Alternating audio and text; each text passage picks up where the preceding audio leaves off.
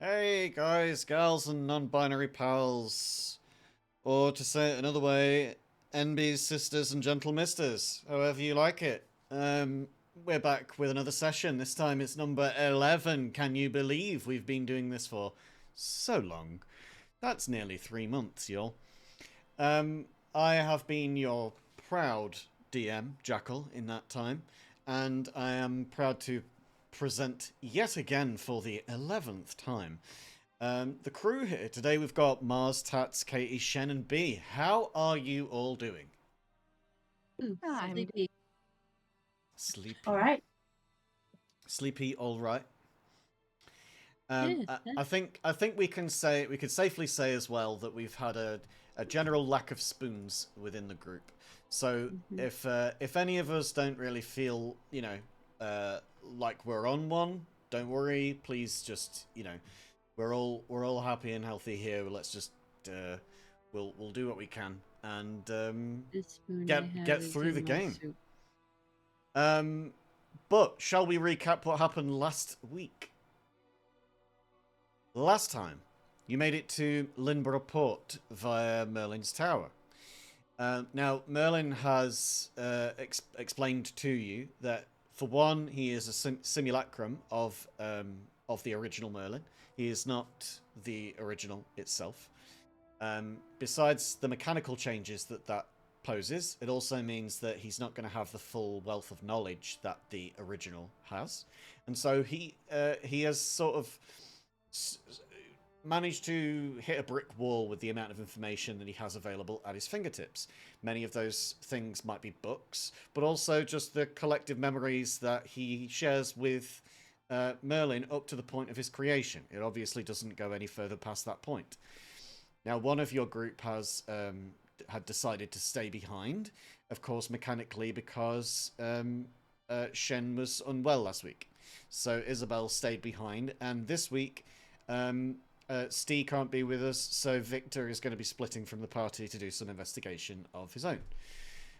We'll get on to Isabel's research in a moment, but the research that the group did last week found some interesting things. That in fact, the gods are complicit in the slave trade and are essentially holding the commoners here and the free folk, so to speak, free folk, hostage by threatening their family with death if they don't comply and just basically toe the line and continue pretending that everything is well here and that there is no slave trade.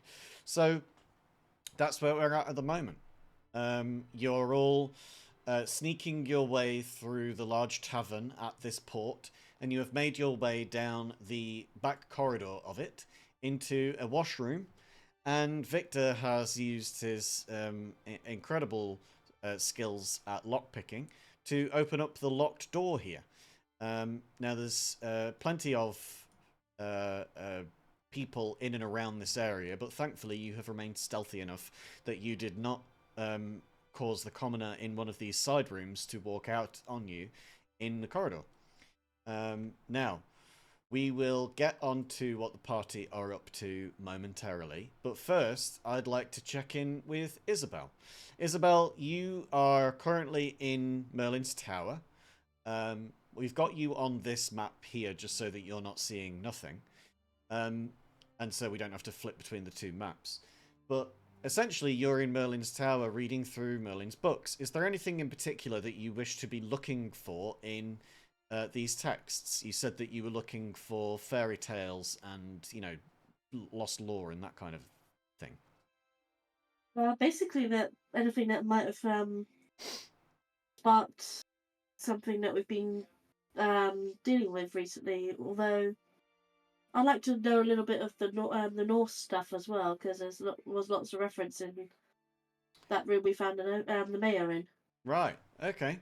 Well, And obviously, I'm guessing Isabel got distracted by other stories as well because she's just like that. Well, yeah. I mean, let's say that you can do two roles. You can do either. I'll let you choose what you want to do. So you can either do a history check, or you can do a religion check, or you can do two of one of those. So you can either double down on the fairy tale background, or you can double down on the Norse mythology background, or you can do one of each. And you just take your chances. You can even roll one and then see how well you do, and then choose from there what you want to do after. I'll do one of each because they both got the same modifiers. Okie dokie. I'll do history first.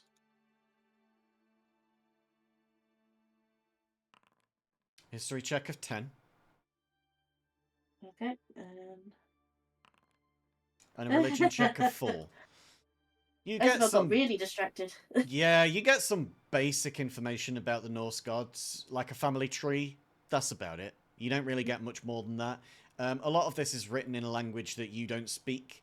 And, you know, try as he might, Merlin has other pressing matters on his mind. So right now, he's not of a mind to be translating it all for you. You get an idea that he probably could, if given time and effort. But right now isn't that time. And with the history check of 10, you are aware that there are many tales that pertain to hidden figures in the darkness.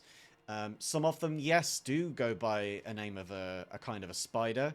You know, there's the Incy Wincy spider, as we've all known. There's Little Miss Muffet with the spider that sat down beside her. There is the West African god, who is the spinner of tales.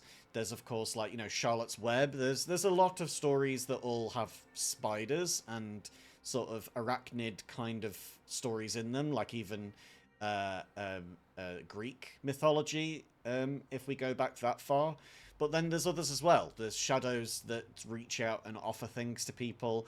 There's goblins. There's, you know, trolls. There's all kinds of different creatures throughout time and throughout lore that talk on creatures that want to give you something in return for something else and want to just be friends with you.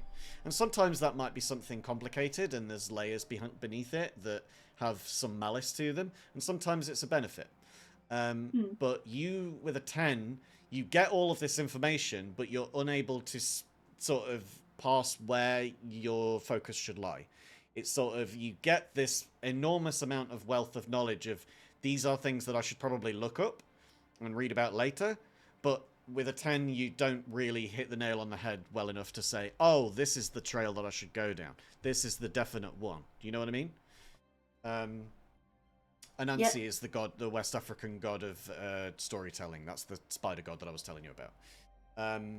So yeah, there's a lot of different like lore that you might go down, but at this stage, it's hard to tell exactly what you're looking for, apart from just keep looking when you can. At that point, Merlin asks if there's anything else he can do for you, as he's grabbing all of his bits and starts throwing knapsacks and coats and everything over his bag, and make sure that he's got your 1,000 and Ruby's 2,000 gold ready to give to your assorted people. Is there anything more that I can do for you? It's just that I think I need to be leaving now.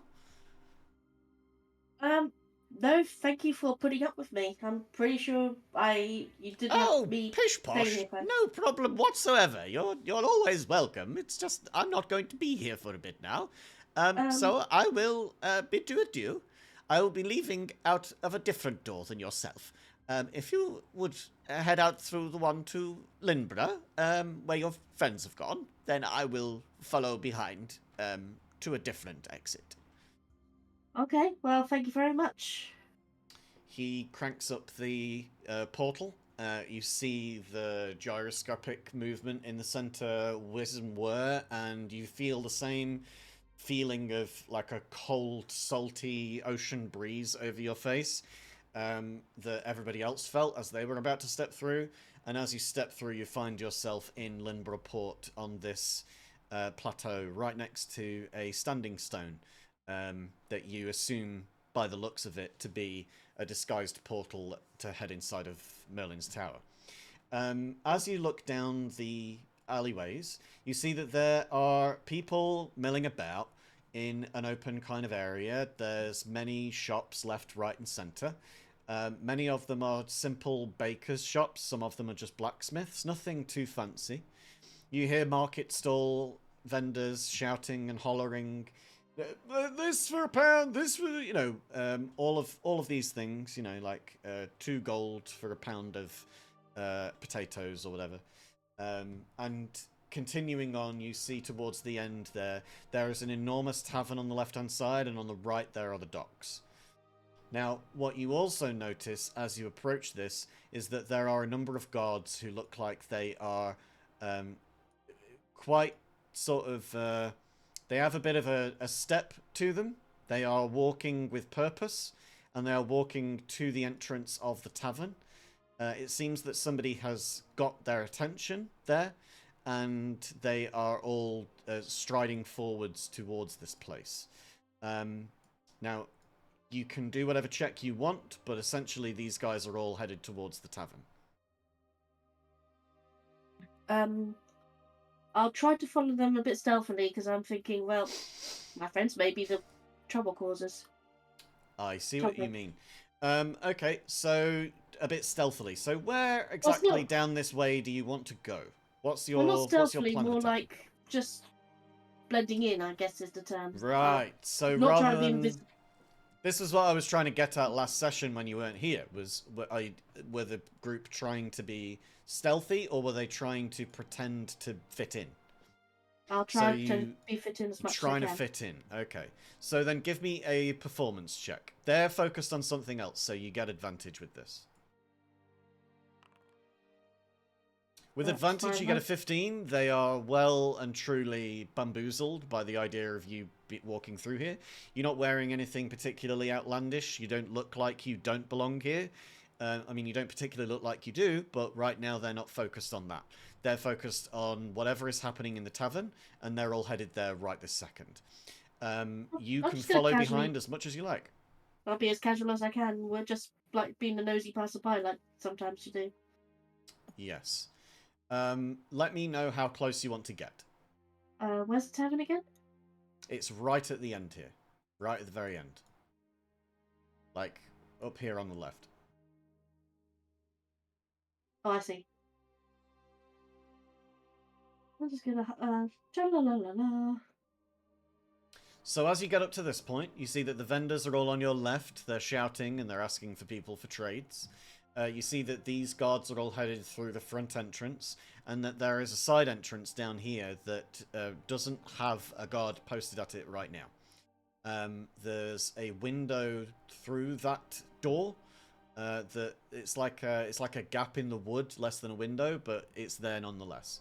So it's there for you to look through, or you can go through the front door where the guards have just stepped through. They're not trying to guard this place, so well, I'm guessing so much. Am I right? Are you what? Sorry. They're not guarding the place as much as just going in there. They're headed. Yeah, there's every guard in this area that you've seen have all headed in through this door. So that counts 9 guards that you've seen walk in here in the last 10 seconds. Yeah, but they're not trying to prevent people people entering, right? No, you don't get that sense from things. You just see them sort of walking inside with a purpose. They're walking to somewhere. They're not guarding somewhere. Okay, I'm gonna go just stroll in like I'm having a drink. Go for a drink. Okay. Give me a perception check as you get to the door. A 3. You don't really hear anything in particular. There's a lot of murmuring between all of the guards. Each one of them is trying to communicate something to the other, and none of them are really hearing it because of the low hum of just constant murmuring and muttering between each of them. No clarity in conversation, you know. So you're able to get in and slip past, but you can't really discern exactly what they're saying. You do see that one of them has got his trousers down. He's sort of hobbled his way over here. You don't really know exactly what's going on there. But you can imagine that some hijinks may have been had. At the moment, you notice that the server that would normally be serving people is stood far at the back, behind the bar, away from the guards. Okay. I'm not trying to draw my attention to myself, so I just go over as like I said, just if I'm getting a drink. Okie dokie. So I just say, as excuse me, was that your class? oh yeah, sorry. No As one of them problem. steps out of the way. Are you headed over to a table to sit by yourself and wait to be served, or are you headed up towards the barkeep themselves? I'm going up towards the barkeep. Okie Yeah. dokie. What time of day is it? It's getting on towards late afternoon now. So early enough for late enough for a beer. Yes. Yeah. It's always 8 p.m. somewhere, right? Okay. So what do you say to the barkeep? Excuse me, can I have a beer, please? Um. Uh. Yeah. Sorry, we're just. There's just something going on at the moment that Oh, sorry. I shouldn't talk. I shouldn't talk about it. Let me. Beer, did you say? Yes, please. Okay. He gets out a wooden sort of cask of ale, sets it up on the counter, and uncorks it into a stein, and then hands you the stein as he corks it. A lot of it spills on the floor, goes over his hands. He sort of quickly and hastily grabs an old rag from over his shoulder and starts mopping up the beer that's spilled onto the counter and on his hands. Leaves what's on the floor, and just sort of his hand shakes as he sort of drops the thing in front of you. Are you all right? Yeah. I'm fine. I'm fine. You sure? am fine. Yeah. Take a deep breath. Take a deep breath. Don't know what's going on with you, but a deep breath will calm your nerves. Give me a persuasion check with that.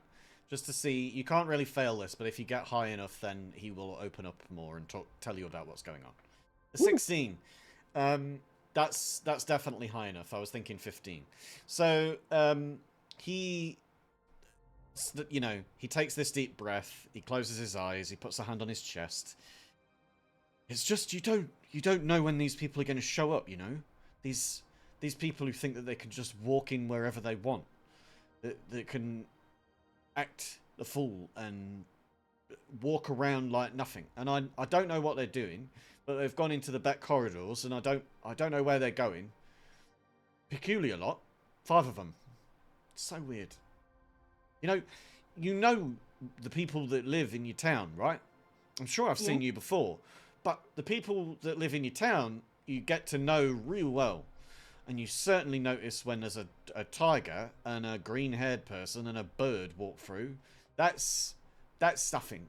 That's stuffing. That's weird. Do you know what I mean? That's weird. I try to just not let them know that I recognise the descriptions. Give me a deception check. He's going to get an insight check with disadvantage because he's shaken up. He got a 3. Yeah, Okay. yeah. You know what I mean, don't you? You know what I mean. It's got to be so destructive just having people just randomly come into your business and just shaking up the place. Well, there's only one way that they can get out down the back end, and that's through the washrooms. And I think that the guards don't know that yet, but I haven't had the guts to tell them yet.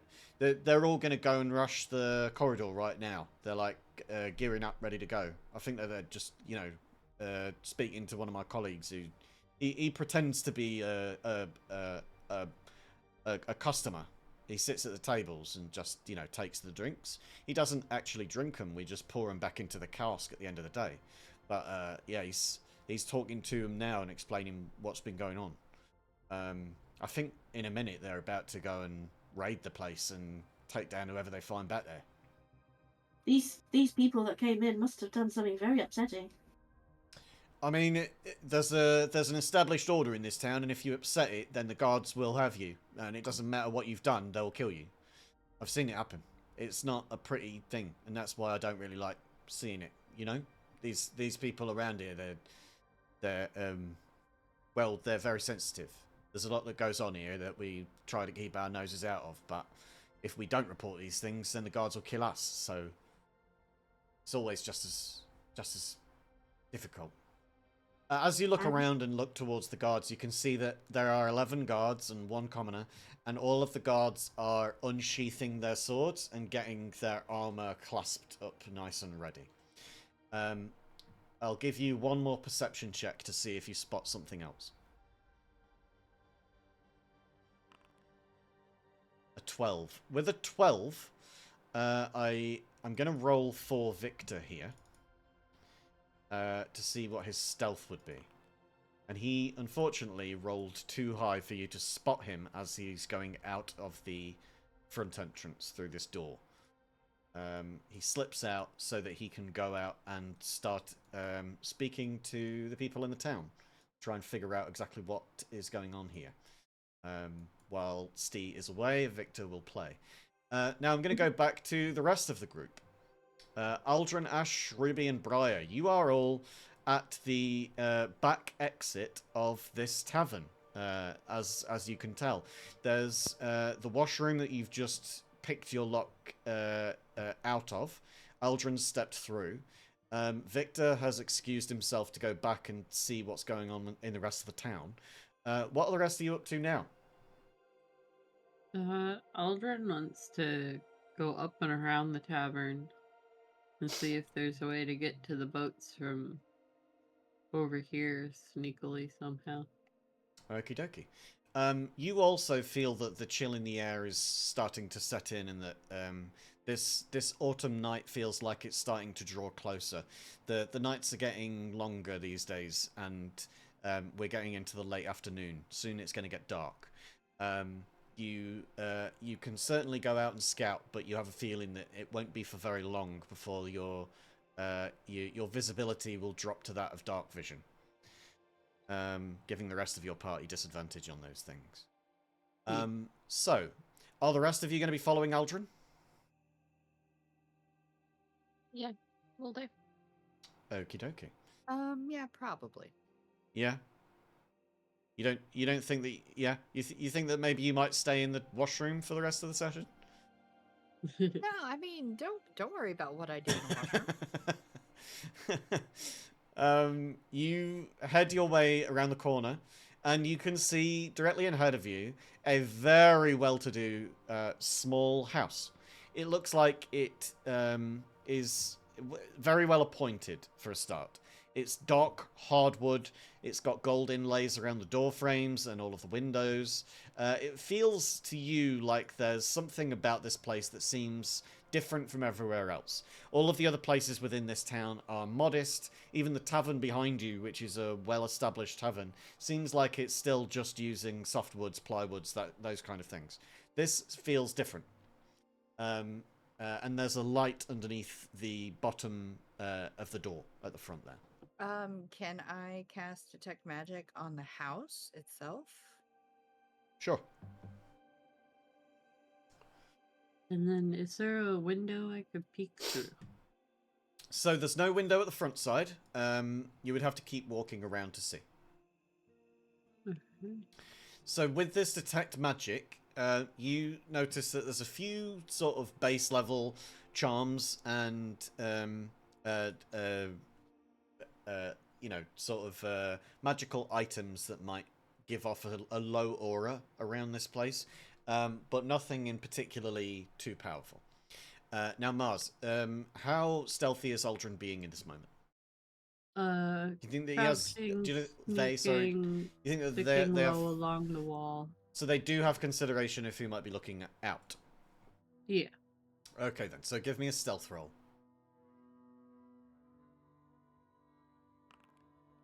18. Yeah. Okie dokie. The person inside is not actively looking for intruders, so it's going to go on their passive perception.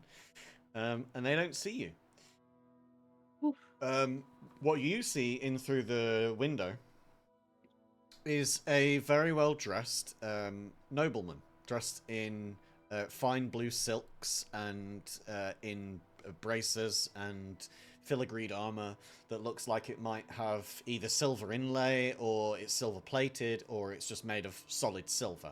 Whatever it is, there's something about it that feels different. And the person themselves looks you know, the standard sort of noble person that you could imagine in your mind. Just a gruff, older, white guy, basically. Just a human. Nothing particularly special about his appearance besides the clothes that he wears, as with most nobles. The rest of the place you can see is just the same as the outside. It is hardwoods, it's well dark stained, it's there's a door towards the back that looks like it leads through to some kind of private chamber. There's one single well-worn leather seat with a table directly in front of it and a chest over towards the right. There are lit candles on the walls and not much else besides. This is a single-story building that has very little to it, but for what it does have is very fancy compared to everything else. I'll just come back to the corner here a little bit and just be like wave at everyone, get down and come here. Oh And no, that's then- not my strong point. Let them know, you know, there's a rather well-armored and fancy-looking fella in here.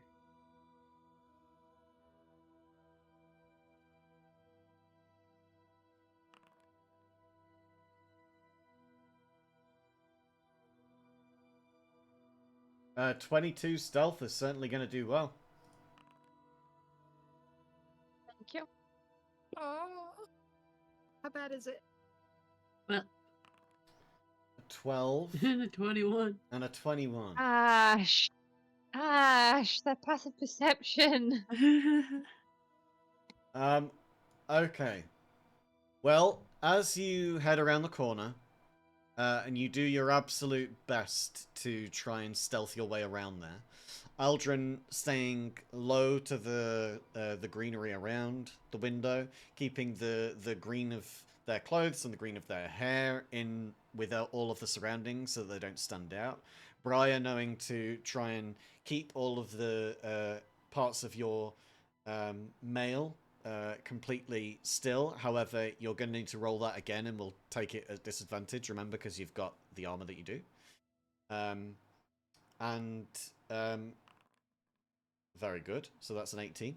And Still better than mine.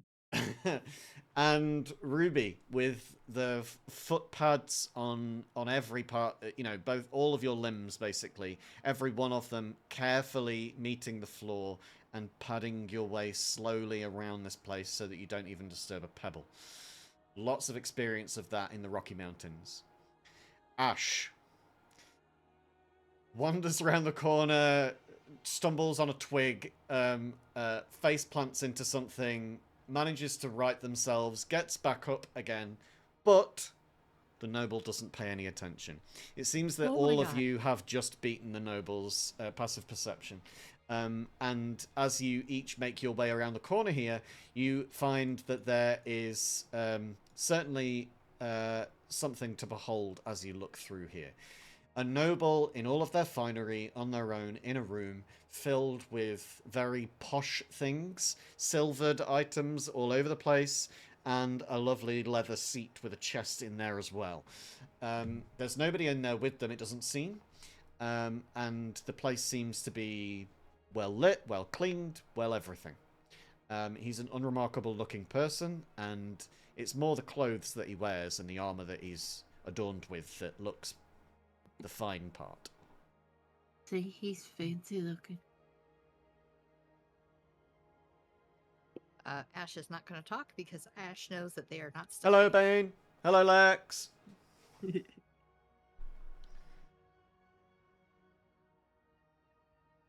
I mean, Do you I have just, anything else to say? You can still go off the same stealth roll for conversation at this point.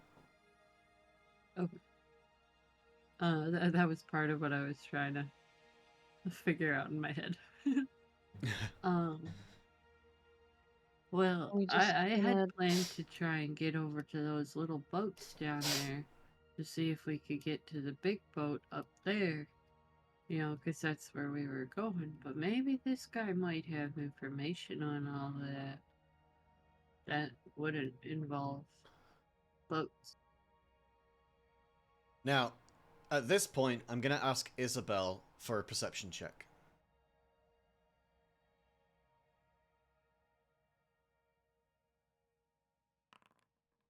Isabel, with your perception check, you notice a couple of things. In fact, 3 things, to be specific.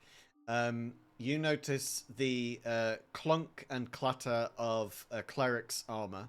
You notice the sort of less than graceful footsteps of an elf, and you definitely notice the snapping of a twig and the of an Aarakocra directly outside of the window to your right. That sounds familiar. I just look. Can I just make sure no one else is looking at me too much? I would say that there's only really one person that has a chance of seeing what you're up to. You just have to try and avoid that guy. So I'm just gonna take a quick glance out the window, see if I can see it. So give me either stealth or performance. I'll go for stealth. Okay. That's a 12. His passive perception doesn't beat it, but he does have eyes on you at the moment because you're in conversation with him. However, he is still flustered, so he's going to do his perception check with disadvantage. He does not spot you. You step up towards the window as you're speaking to him, and he doesn't seem to pay that much mind to what you're looking at out there, just the fact that you might be looking out towards the bay. It's nice out there, isn't it? It's why we have to protect places like this. As you walk up towards the window and you see through the window your 4 comrades. You must be very proud of this view.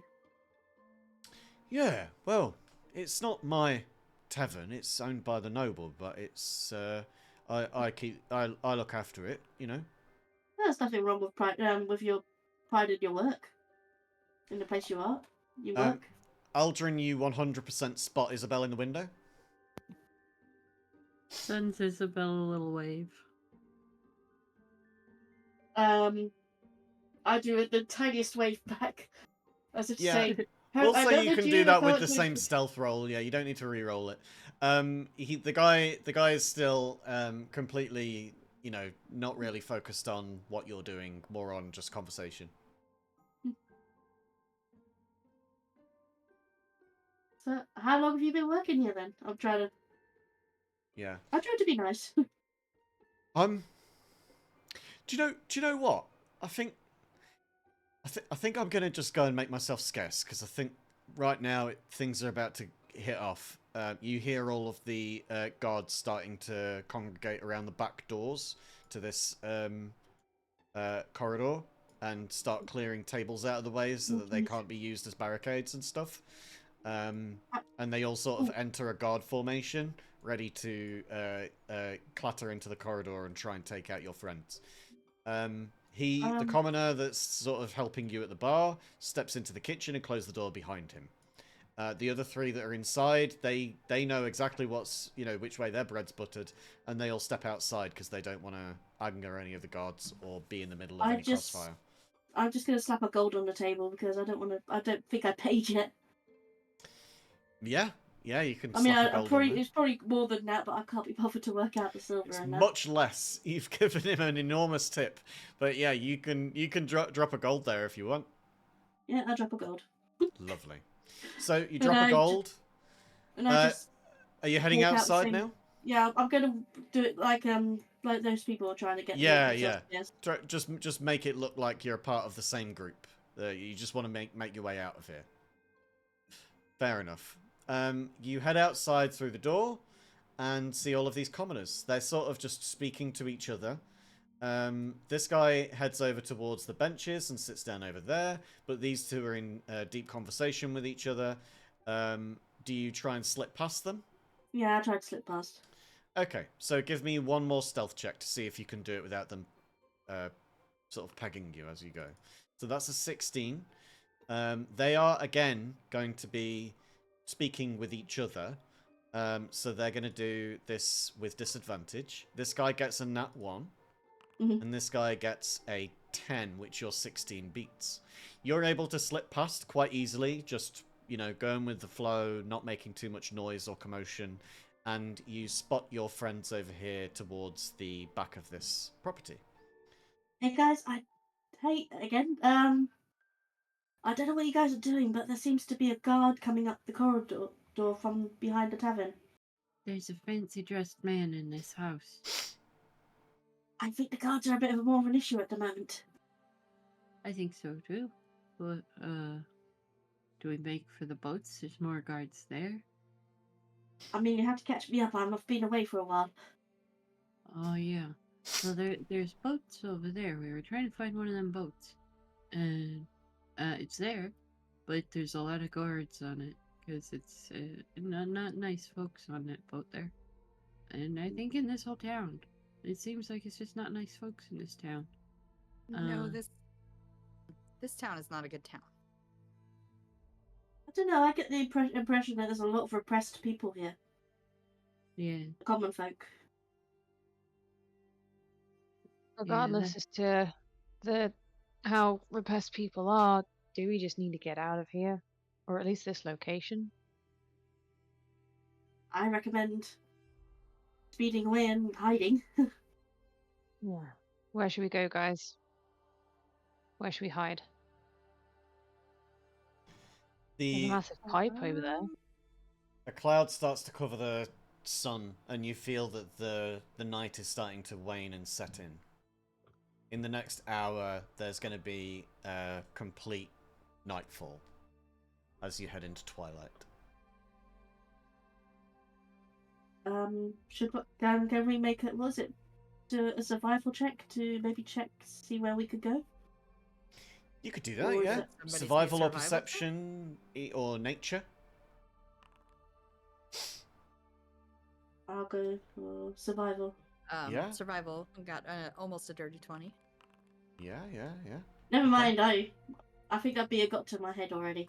Isabel's read a lot of theory about survival, but with a 7, you've never really done it. And the same goes for Briar with a 5. Like, you've learned about it in classrooms, but you've never really applied it practically that well. Like, you've been That's out in the awesome. wilds and given it a go, but only the sort of periphery of the wilds, never sort of this far out. You're not as well travelled as someone like Ruby or even Aldrin in Aldrin's youth. Which is why Ruby gets the 15 survival check, Aldrin the 16. But of course, the bird, the one that's used to in your nature, in your genetic memory almost, making nests, finding little craggly spots to make safe with the smallest of things. And of course, there is the pipe, but then there is also the rocky outcropping.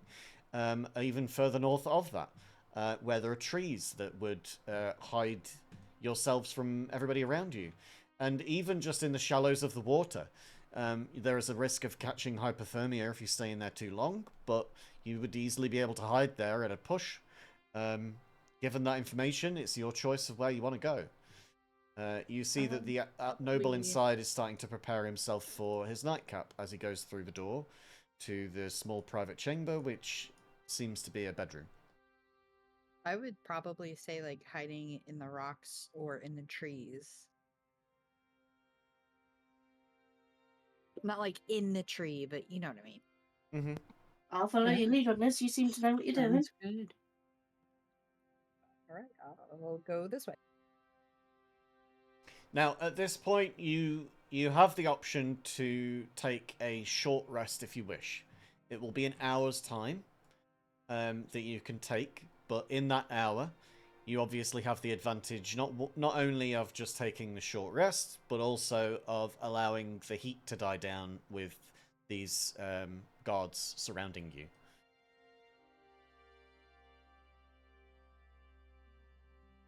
Okay, Ash has decided to take a short rest. I think a lot of all of you are taking short rests.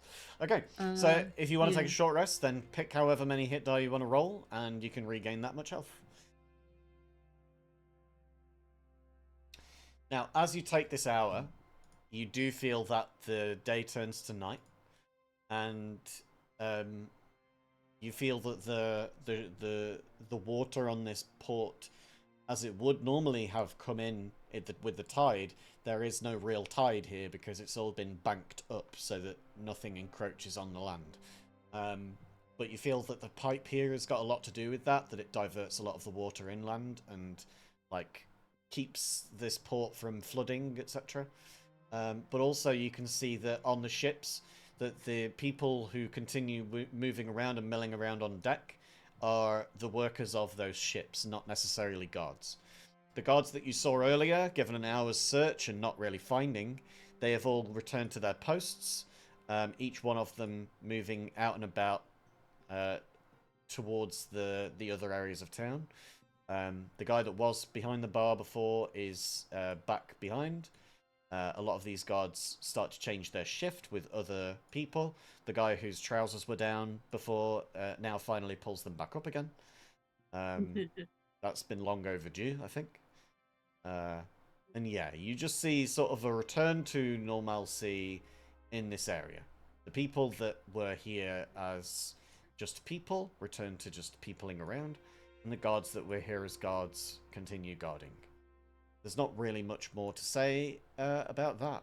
As you see all of the changes happen in and around the town over the coming hour during your short rest, is there anything in particular that you are doing during your short rest? This is not a time that you would be, for instance, having to sleep or meditate. This is a time that you could actually spend doing something if you wanted to. I mean, I guess I'd catch up with the situation with whoever was willing to tell me more. Okie dokie. I guess just exposition dump. So you know Blah all blah of it. blah blah. Blah blah blah blah blah blah blah blah. So the final promise, the ship, is moored further out in the same port, but not outside of the natural barriers that the landmass forms, where it sort of pinches together a little bit before it finally lets out to the ocean proper. The final promise is, of course, the ship that we learned earlier in a previous session is complicit and an active participant in the slave trade and therefore the fur trade. Something that Ruby has a difficult past relating to. So this is what you now know. You know that there are guards here who are paid up with the right people because the slave trade brings money to the town and to the nobles, and so they pay everybody off, or they hold them hostage to ransom. Hence why everybody in this town is against you, it seems, trying to find more out. There was one person, and the group explained that to you, who basically gave you all of this information freely, but did say that he could only do it so long as he kept up the persona when time came. So, with the end of your short rest, you all find yourselves covered in twigs and leaves and dirt, as is the custom for a tree climber. Is there anything in particular that is on your mind right now? Are you going to try and head out towards the final promise, or are you going to try and do something else? Do we know what happened to Victor, where he went off to? He explained to each of you that he was going to go and research around in the town. He was going to take a look at what exactly is happening here. If he needs to try and find you, he knows how to, and he can try and catch up with you later.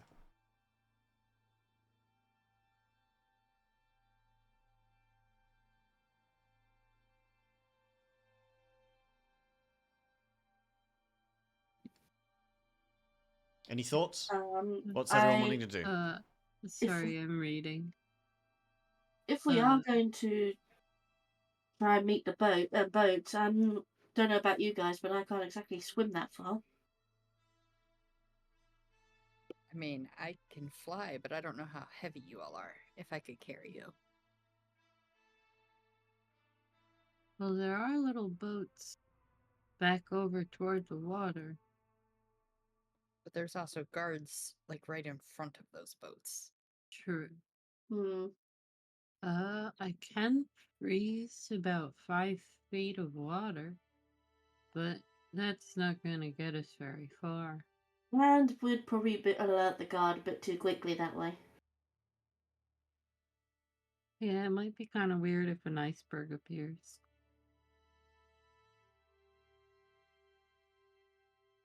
Hmm. Oh, I can levitate. Don't think there's Only- something I can do. I don't think levitate counts as flying though. You levitate and you can move if you hold on to things, but there's not really a lot to hold on to when you're just over water. Yeah, but You'd I basically was be thinking swimming in if the I air. stood on shore and directed somebody else. I was just looking for the range, but it's only 20 feet anyways. Yeah. Wait a Can I minute. just Is check what time of day it is?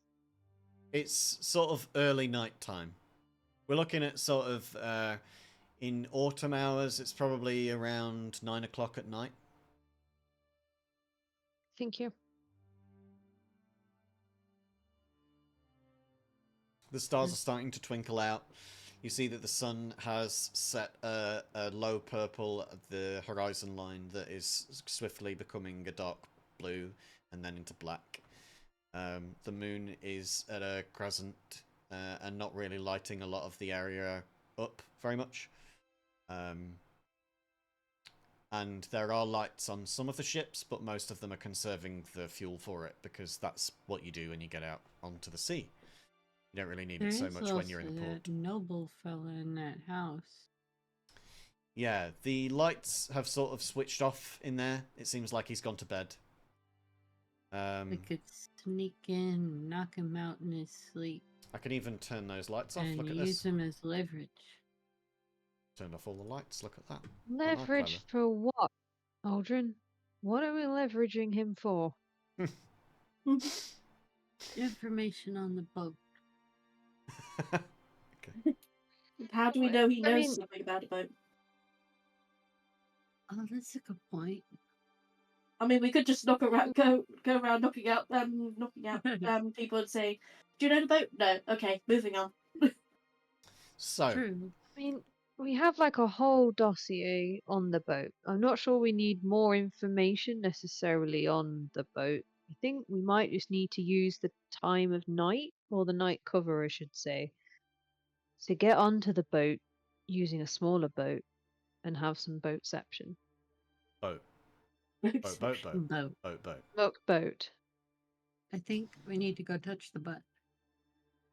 Okay.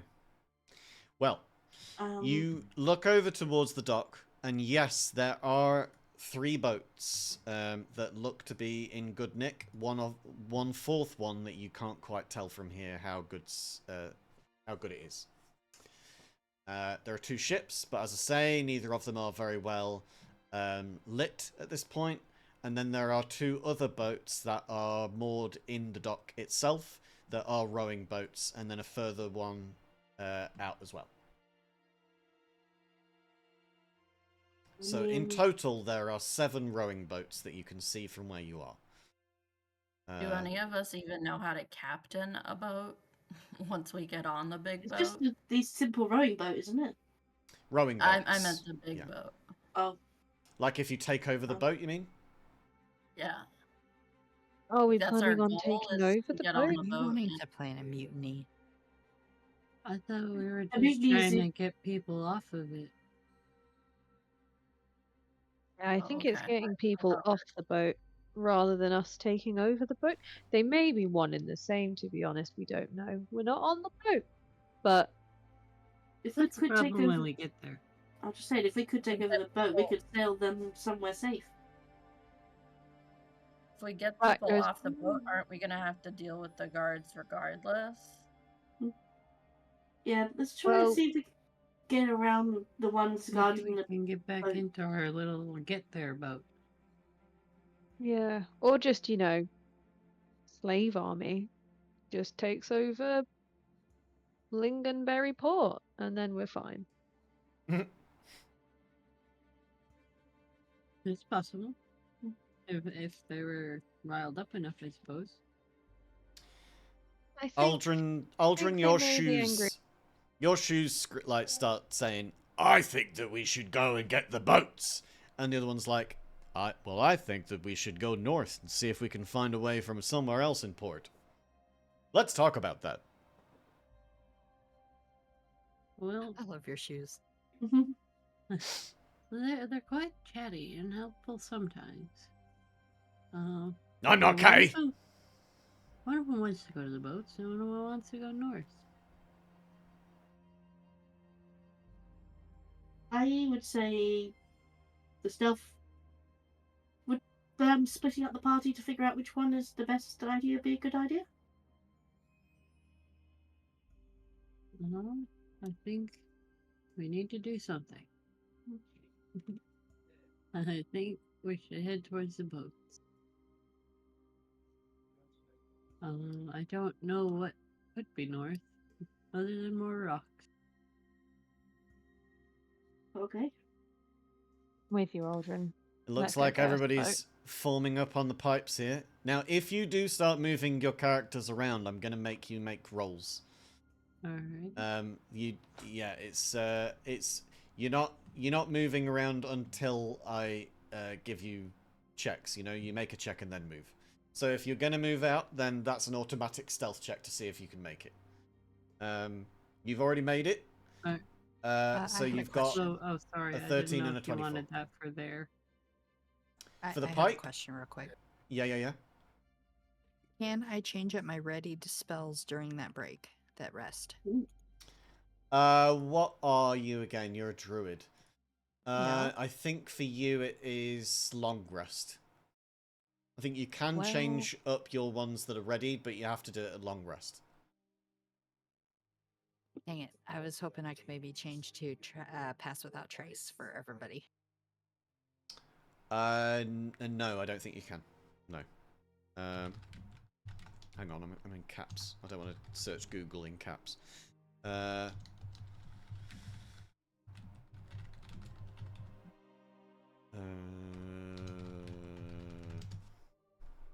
Finish a long rest. Yeah.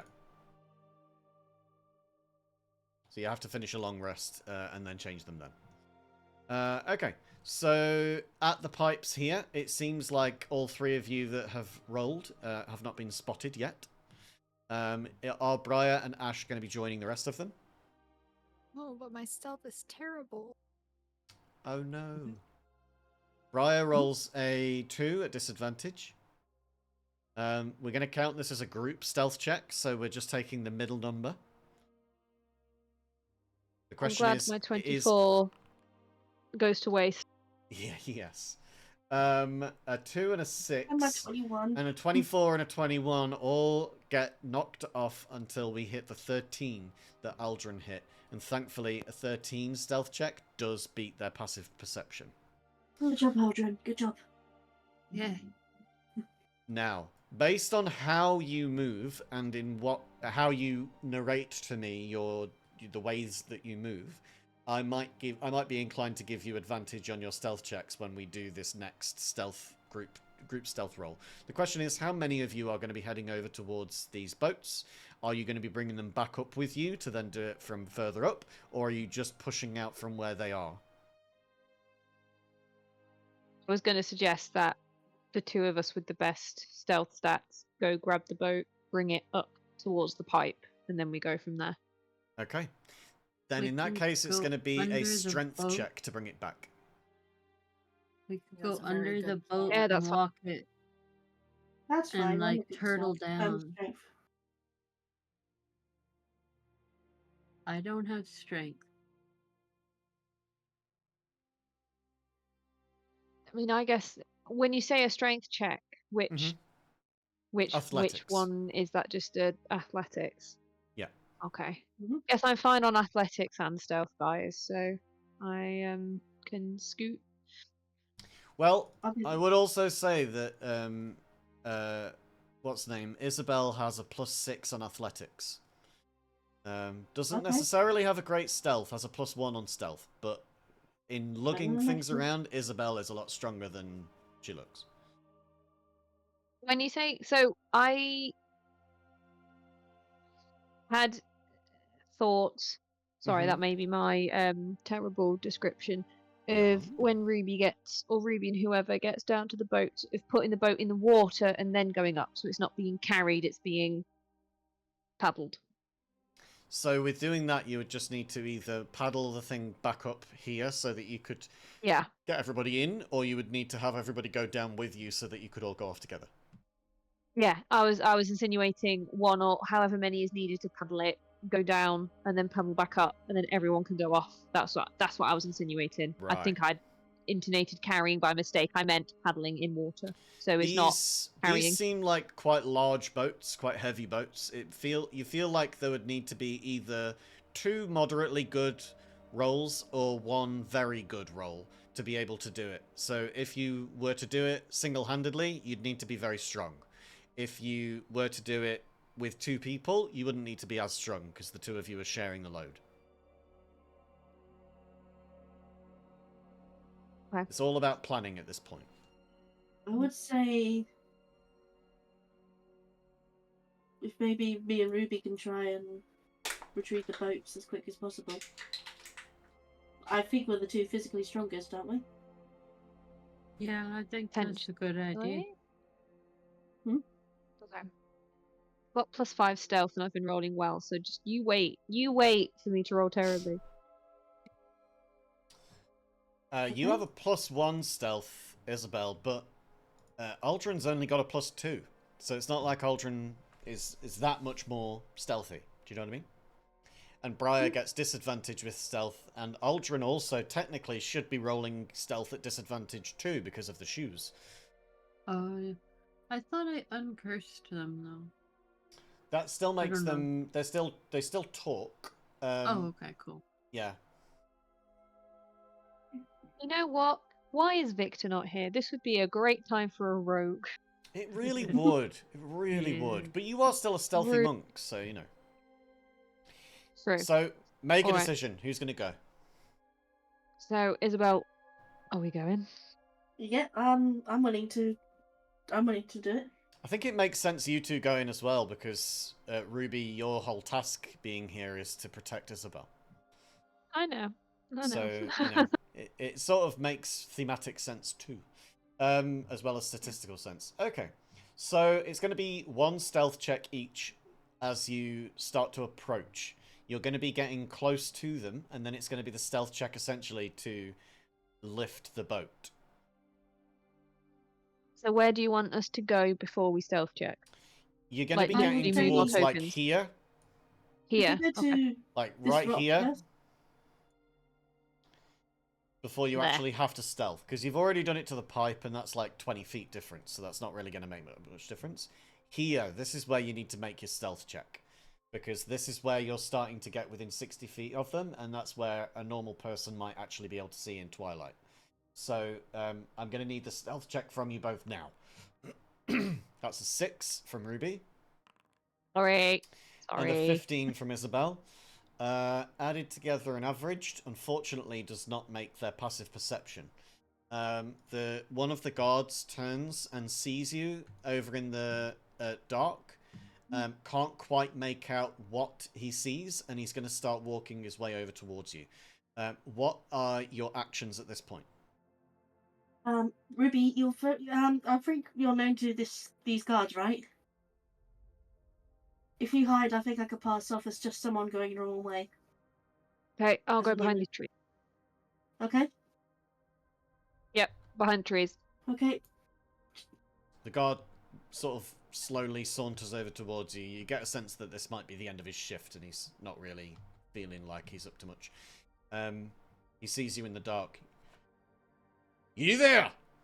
What are you doing? I'm so sorry, sir. I just got a bit lost. I had a bit to drink and I went for a wander and now I can't find my way back. I'm so sorry. Well, who hasn't done that? Why you come out this way? Everybody knows you not to go this way. Noble lives over there. Oh, I'm so sorry. I'm a bit out of it. Give me a persuasion check. I'm deeply sorry. You're going to roll persuasion, he's going to roll insight, and I'm- we're going to see who beats what. Please, please, please, please. You got a 16. This guard looks you up and down, steps forward towards you to get a better look. You don't look like you're supposed to be around a port in the dark. there are people around here who might be able to hurt you. He then sees your axe on your back. Ah, never mind. I can tell that you're the lady who's able to look after yourself. Pardon me. Yeah. I'll be back to my business. Just please be careful next time. We'll Don't do it. don't fuck around near the noble's house. He's not particularly pleased with waifs and strays making their way around his place. All right. I'll keep that in mind. Have a good night, sir. Good, good. I thought I saw someone else over here, but I think my mind's playing tricks on me. It's a bit dark. Yeah, I'm not I'm very a little very bit- heavy-footed. You might have just heard me by accident again. Aye, well, don't make me have to come over here again. All right. Will do. I'll behave. I'll see you again, hopefully in a better way. Mhm. All right. Woo. Isabel manages to persuade this guard off, and the rest of them continue their conversations with each other. They seem like they're just throwing rocks together to see who can hit this one particular spot on the floor. None of them really paying much attention to the docks themselves. And Isabel, you have the free ability to walk up towards this boat. Now then, Okay. we're going to do an athletics check here to see if you're able to lift it on your own. It will be a 15 on your own.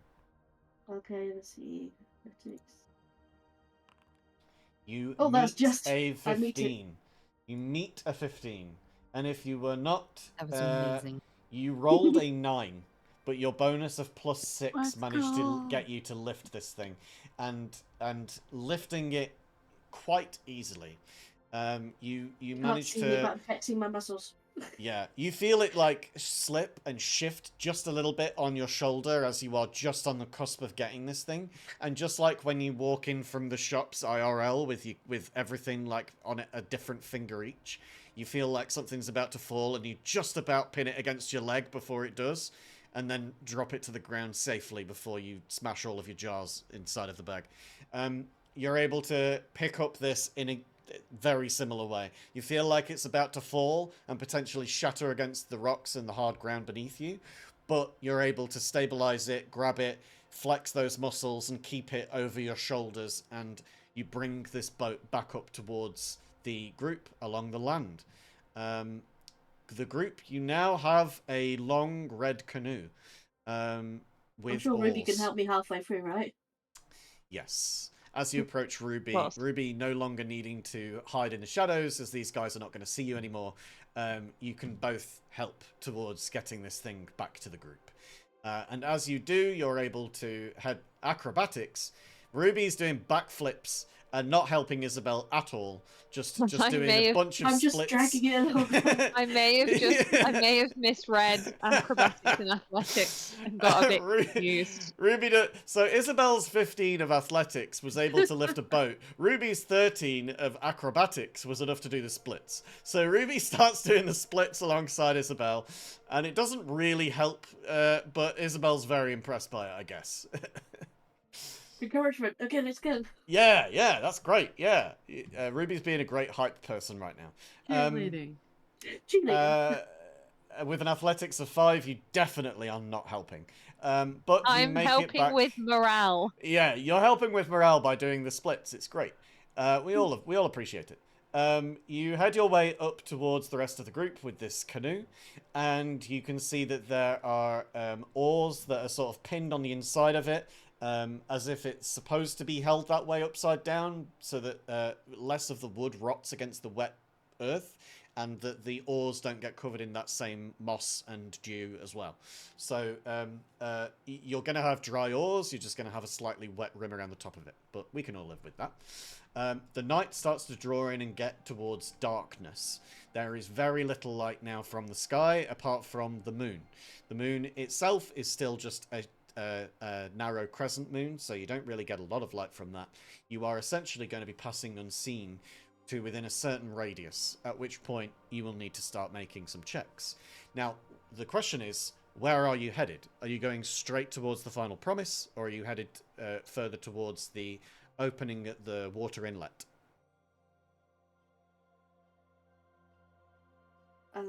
Heading to the final promise, right? Yeah. But How where can do you we get through? want to approach the ship? Do we want to approach it from the back, from the dock? You know, like we could go to the dock down here and go around it, or we could go to the side of it. This is not the final promise. Oh, this one's not. Which one is it? No. This one? Neither of them. As I Neither. explained, the final promise is further out out. there. It's moored out in the water. It's like on its own little part of water. It's anchored Right, itself like 300 feet away from the docks. Oh, Not- then we should just head out that way. Not to be a negative Nancy, but how well can we see in the dark at the moment? I Well, I'm I gonna think have a few of you have got dark vision. I haven't. I don't think Briar has either. I have a dark vision that I can give to everybody. Yeah. I have dark vision, it's fine. As I of I think have night, Briar dark has vision. dark Yeah. vision of 300 feet. Yeah. I'm a human. think I'm it's just- boring. I think it's just humans, I'm afraid. Yeah. So it's Briar has a feature called Eyes of Night, where as an action you can share your 300-foot dark vision with up to 4 willing creatures you can see within 10 feet of you. It lasts for an hour. Awesome. And it's a part of their what do you call it, the domain that they have, the twilight domain of the cleric. So Briar's domain is all about nighttime and being able to see in it. So even Magic Aldrin vision. and Ruby, whose night vision extends to 60 feet each, just based on your race, you are far outweighed by 5 times as far as Briar is concerned. And it just so happens that there are 5 of you here. So Briar could easily give it to all 4 of you, and you would each have dark vision up to 300 feet for an hour. Awesome. That's on Let's Briar, though, go. whether Briar chooses to do that. Oh yeah, I would. Absolutely. Okay, then. So for the next hour, each one of you have dark vision up to 300 feet. Now, these maps don't even extend further than 300 feet across. So I don't think that I could even get you to not see it. 375. So these maps are 375 feet across by high. So basically, even if you were stood in a corner, the very furthest radius would only just be dark to you, which is crazy. That's fucking crazy. But it's a very, very cool feature. So yeah, if you wouldn't mind just going into your features and clicking that off to say that you've used it, and then we can head towards the final promise. Now, are you all heading into the boat, and are you starting to paddle out in the water? Yep. Okay. Then we will move over to the next map. Now, given that you all have dark vision, and given that this map is much smaller than many others, I am not going to change this to nighttime. We are going to keep this in daytime so that you can see everything as you would. But this is the map. Let me just make sure that you are all where you should be. I was just thinking that they're already on the boat. Yeah, Aldrin's just chilling on the boat there. No worries. Yeah, I'm magical. I've been here for days. Where have you guys been? While I remember, I'm just going to Hey put guys, Victor welcome to here the as well in barbecue. the corner so that when Steve returns, Steve will be able to see this as well. So, which direction would you be coming at the boat from?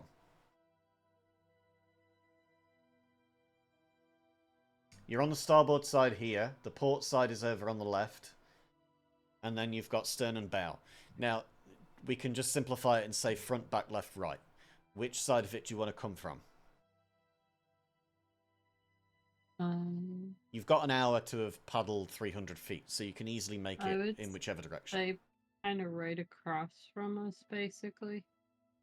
But where like this rope is. Just ping it for me. Um.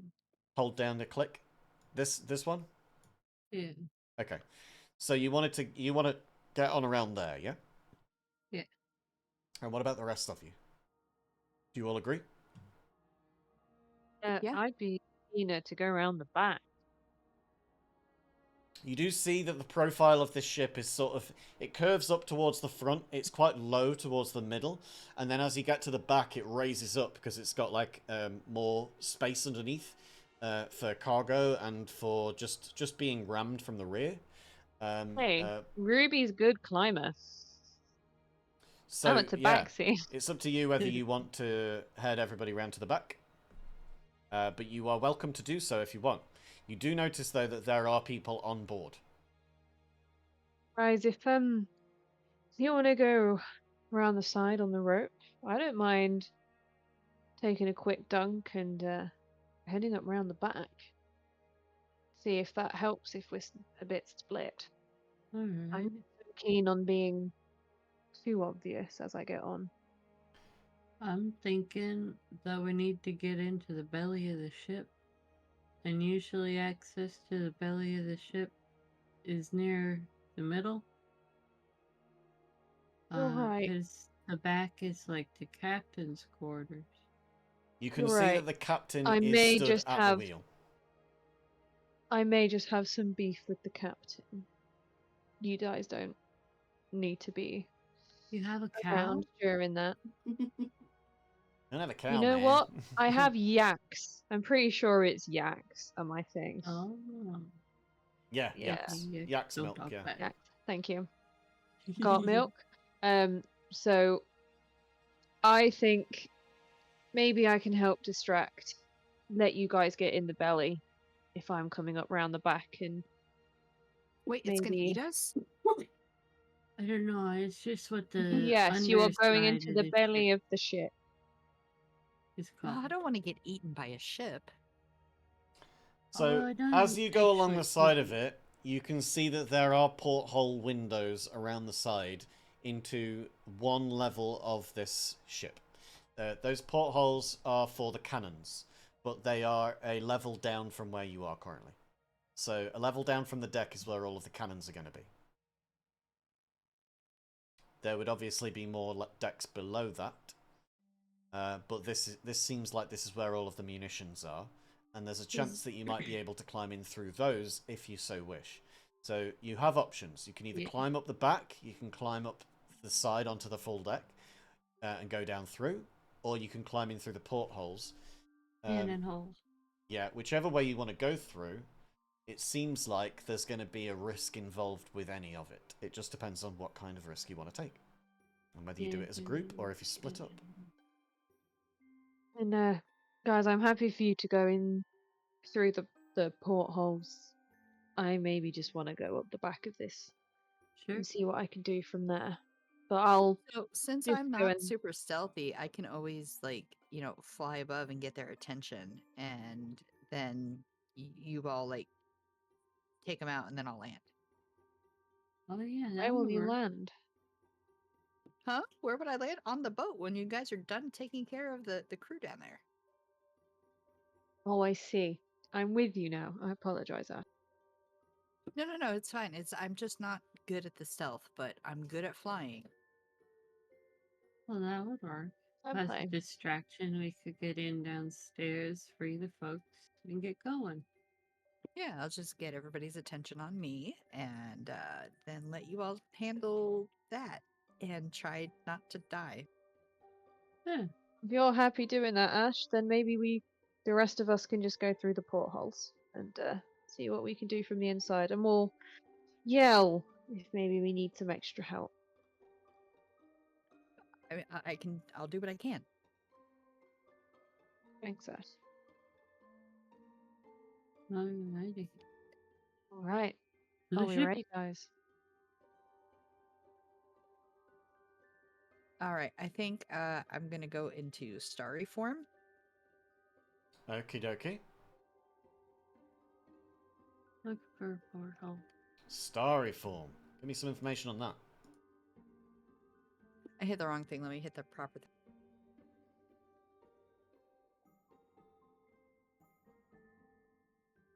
So starry form allows me to basically either be the form of the archer, chalice, or dragon. It is a concentrated thing. So if I do archer, while I'm in starry form, with the Archer constellation selected, I can activate it. As a bonus action, I can use a ranged spell attack, which will hurl a luminous arrow that targets one creature within 60 feet of me. Okay. So basically, I am just flying and looking like a constellation. So none of these guys have got dark vision. The moment that you take on your starry form and go completely luminescent, the two scouts that are on board both spot you, point you out to the rest of the crew, and everybody has their eyes on you as you are a 10-foot ball of bright light in the sky around everything. You shine this incredibly bright light in your sphere, and the dim light beyond that, but you are still a point of light in the sky. So they are looking at you, and Yeah, they all that's start the to point. look towards you. What are the rest of you all doing? Are you using this as your moment to climb aboard through portholes?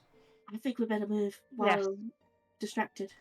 Okay then. I will ask somebody to give me odds or evens. Even. Oh, okay, no, go even, go even. Okay, Ruby says evens. We go evens. I'm going to make this a public roll so that you can see it. That's a 10. That's very lucky. That means that the 3 people that are on the munitions deck get called up to the deck itself and are called up by the scouts, ringing the bell at the center of the boat. Ding, ding, ding, ding, ding, ding, ding, ding. There's a light thing in the sky. We need to shoot it down. There's a light thing up there. Look, it looks kind of like a bird. No, it looks kind of like a flying machine. No, I think it's some kind of superpowered man. The rest of you now Oh my have gosh. advantage on your stealth checks for this distraction. Briar, that will cancel out your disadvantage. Now, Mars, do you want your shoes to continue talking? If they continue to be sentient and talk, then they will continue to have the same disadvantage on stealth. Up to you. The talking is fun, but it's not useful. So no talking. No talking. Or Then no can more I just tell them disadvantage. to be quiet right now? Then no more disadvantage. I mean, you can just tell them to be quiet and they'll be quiet, yeah. Yeah, so I'm just gonna tell them to be quiet because we Okay. need to be stealthy. Ruby's on her side, so I'm just going to turn Ruby around. Okay. So, Cute. yeah. I did that by accident and didn't know how I did. Everybody fucking does that. Ruby was just like swimming in the water and just spinning in Yeah. circles. Okay, so with Do a the barrel roll. with a flat stealth check, Briar gets a 2. No. With a with a flat, yeah. So Isabel, you still need to do yours again to get advantage because you didn't roll advantage. Oh, and whoops. Aldrin, you I need need to to be roll yours stealthy again to with get all this. advantage as well. Mail. Ooh, that's a better one. So Isabel gets a 14, and Aldrin does not improve. So as a group, that is a stealth check of what was that? So that's a 14, a 12, a 12, and a 6. So that's definitely a 12. Thankfully, there aren't any the people who would potentially notice you with their passive perceptions are the scouts. There are 2 of those. They're on the front. They're on the top deck, and their passive perception would certainly find you. But being that they've been distracted, they're going to roll a perception with disadvantage to see whether they notice you. Nice. One of them rolls, and the other one will roll. Okay. You climb aboard. And as you climb in through, you do not hear the scouts point out your presence. Now, Alright. you are all aboard the first deck down below the main one. You know that there is, in a ship like this, most likely multiple decks. Especially for a ship with crew, there is going to be a place for the crew to be quartered. And there is also going to be a place for their cargo, in this case, slaves. To be able to find your way around, you're going to need to know something about ships, or you're going to need to roll a stealth, not a stealth, sorry, a perception check. Either or, I will take a history or a perception. Will Ruby know stuff about ships You've travelled. based on history? I think that you would be... So, the amount of history that you have is equaled by the amount that you have probably blocked it out because of trauma. So you have just as much chance Touché. of remembering it as everybody else, I would say. Fair play. Because the other people might have come across it in books, but they also are not blocking out those books. Do you get what I mean? No, you're fair. So we've got a 10, a 17, a 16, a 10, and a 6. So, Briar, you certainly know where the hatch is. It's right over here. Yes, with I found the hatch. Nobody has gotten a history check high enough to be able to pass out Great. how many decks there are going to be on this ship, or how many crew.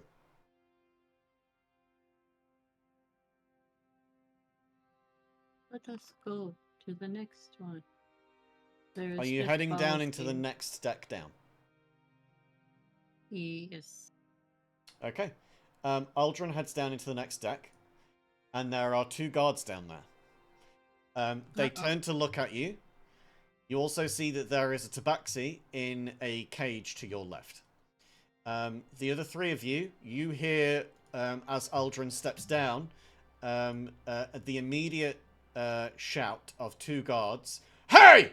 What are you doing in here? Looking for the bathroom. Ruby goes straight down, hearing that. I'm going to need Ruby you to straight give me down. a persuasion check with disadvantage for that. With disadvantage, you got a 16. Yeah. Jesus Christ. This guy rolls an insight, and this guy is going to roll an insight. Okay, so the guy at the back is like, oh, it's down the next deck down. And he points over towards this hatch and goes over to open it.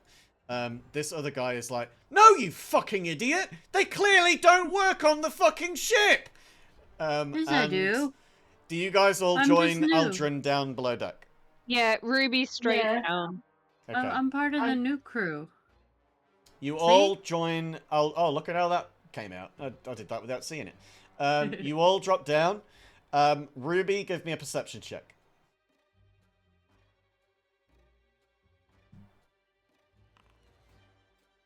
Uh-oh. Okay. You don't see anything in particular. No, nothing in particular to notice. You do see that there is a cage here that has somebody in it. You also see that there are 2 guards, and there is a hatch here that goes below deck. We're just part of the new crew, guys. We just got hired on. I'm going to need everybody to roll initiative. Okay. We're going to just trigger everybody into battle mode, and we're all going to roll initiative. And there we go. Okie dokie. So, let's see who goes first. Is it either of these guys? Yes, in actual fact, it is one of these guys. So, this guy here was the guy who didn't actually understand with his insight what was going on.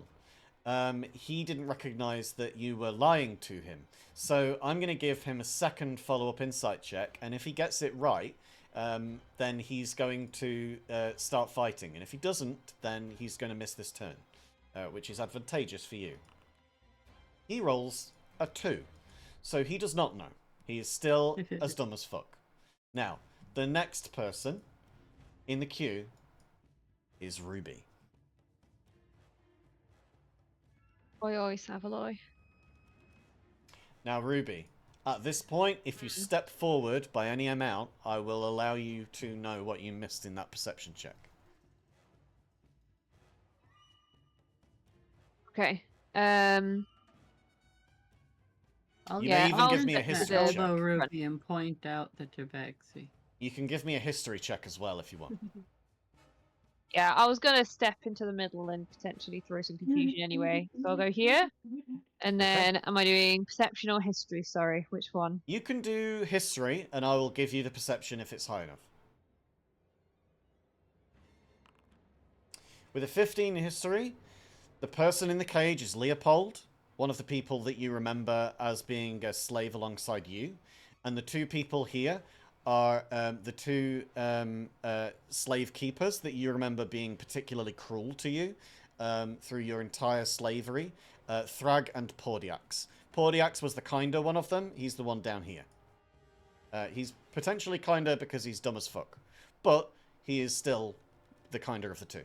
So Thrag and Pordiax, and then Leopold in the cage. Okay.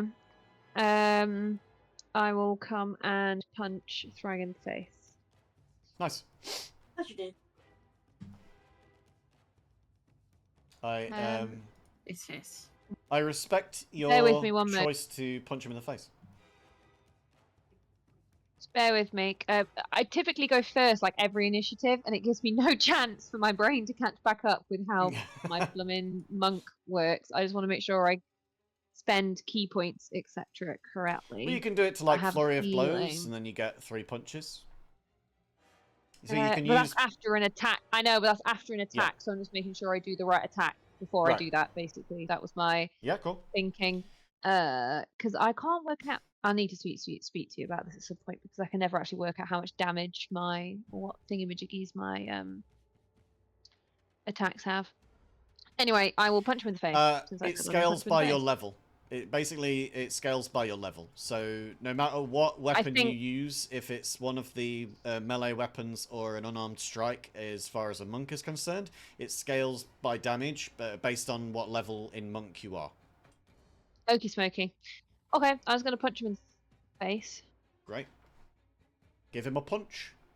A little cheeky punch. That, unfortunately, does not hit. He's not wearing a lot of armor. He looks like he's just wearing, like, the robes of a pirate. But unfortunately, you don't manage to hit him with that. Now, you could do... Yeah, I am going to flurry of blows, yeah. Yeah, that's the one. So you spend a key point to do that. Yep. And you get 2 more punches. That one hits. And you get 1 more. Damage? Or do you want me to do the second attack? You could just do the second attack. And then just do damage twice. Both hit. Damage. Yeah, give me damage twice. That's 4 damage. That he takes all of. My issue is the damage button. Oh, there it is. Sorry. Yeah. And another 5 damage. So, bear with me. Why are you hitting me? Hang on. Don't RP. I've not quite. So, so there's open hand technique. So whenever you hit with one of your flurry of blows attack, you can impose one of the following effects on the target. So I was making sure that they landed. So I would like to use open hand technique to try and not Thrag prone. So I believe he has to do a dex saving throw, and I believe it's DC 11. That's what I'm reading on my sheet. You're welcome to correct me. All right. So a dex save? Yeah. He gets a 16. Sugar. Okay. Cool. Okay. I don't think that's need to spend a key point. I'll sort that out in a minute. Yeah, you're right. It's 100% accurate. But you use a reaction to do it, I think. Hang on. Gets pushed up to 15 feet. If it fails a strength saving throw, or it can't take reaction. Oh no, it can't take a reaction. Okay, never mind. I'm misreading it. Yeah. I skimmed. I should not have skimmed. It's all right. It just failed, basically, so it doesn't matter. Yeah. You might have knocked him into the cage. My move. I could have just knocked him prone, you know? Yeah. Okay. But it didn't work. So that's my turn. Cool. Cool beans. Then it's Briar's turn.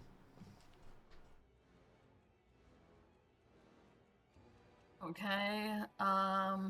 Briar will summon her spiritual weapon. Love that. Look what I've got. So if If we remember, takes the form of a microscope. Look what I drew for you. That's awesome. So you now have your own spiritual weapon token, which matches That's your color. awesome. I did that a couple of weeks ago, but you've not used it since, so it's been sat there on the back burner.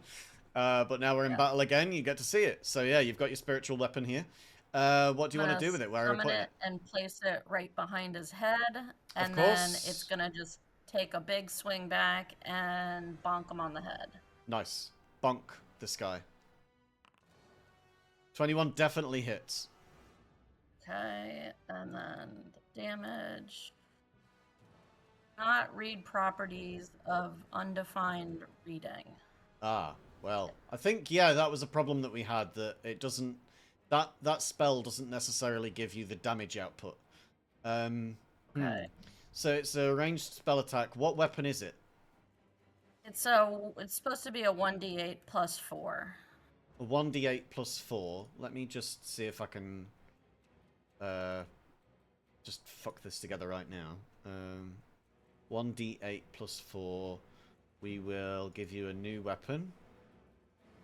We'll call it spiritual weapon output. Details. Simple melee. We'll call it a mace. It doesn't need to be attuned. It is magical. Activation. None. Melee I clicked the weapon button by attack. accident. Ability modifier, none. Attack roll bonus. It's what? It's plus what? Total? 1d8 plus 4. 1d8 plus 4.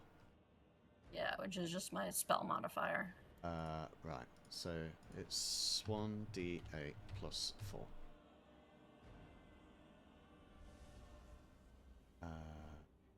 Okay. So that should have just popped into the chat. And now we just roll damage. 11 damage. Alright. Good shit. This guy looks real fucked up now. He looks like he's well below his starting health, shall we say. Now, that was your bonus action to cast that and to hit him. Is there anything else that you want to do? I don't think that the fight is kind of like intense enough right now for me to use my Twilight Sanctuary, so I'm gonna just hold off on using that because I can only use it once per long rest. So yeah, I think that would be my turn because I can't cast another spell with the spiritual weapon. So Okay. that'll be it for me. Great stuff. Alright, we're going to see whether some of these guys on the top of the ship are involved right now. It doesn't look like they are. Oh, they are. Okay. So, that's this guy. So, he sees Ash, but does he see them as a threat? The scout shouted to shoot. It's up to the captain whether they all do shoot. The captain is a suspicious bastard, so he's going to roll insight with advantage. He doesn't get a bonus to this. He doesn't get a bonus. He's just flat 0. So he's only rolling this as 2d20 and that's it. And even with advantage, he only gets a 6. A 2 and a 6. So he, seeing Ash flying in the air, doesn't arouse enough suspicion for him to decide to call everybody to arms. He decides to keep calmer heads, and he says, everybody, keep your weapons still. We've seen a lot of shiny shit in the sky before. It doesn't need to be shot at. Let's just keep our heads, and if it attacks us, we'll attack back.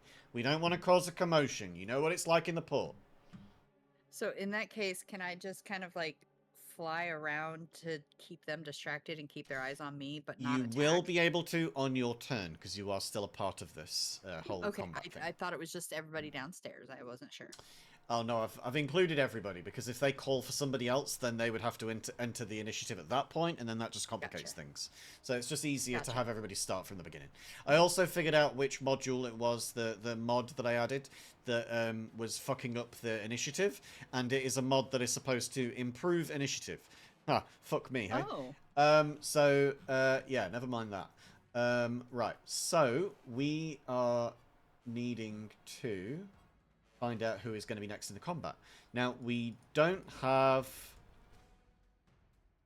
Let me just see if any of these are here. Yes. So we've got 2 guys here who are in the cabin below you, who are going to hear the commotion and see if they can come up. Their movement is 30 feet each. This guy is going to go 5, 10, 15, 20, 25. And then it's half of his movement to climb the ladder. He doesn't have enough movement to do that. Nor does this other guy. So he's going to be queuing up below with him. The 2 of them are both going to make dash actions so that they can get up through the hatch. And they're going to see what's going on and take up formation either side. That's going to be their whole movement. That's their whole movement, their whole turn.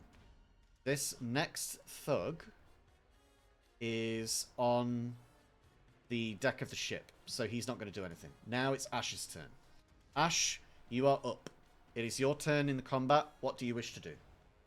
I'm gonna fly over here. Okay. It's And pitch then I'm black gonna- dark, apart from you. Okay, well, I'm just trying to keep their attention on me. And Yep. I'm gonna take a dash action and then like fly here and then kind of zigzag over this way. Great stuff. And your So that movement, way- you have 50 foot of fly, so you can certainly do that. Okay, cool. So you Well, were I just want here, them and you've to- moved to here, which I think is about 50 anyway. So to take a dash, you could move another 50? It's up to you if you want to. Oh.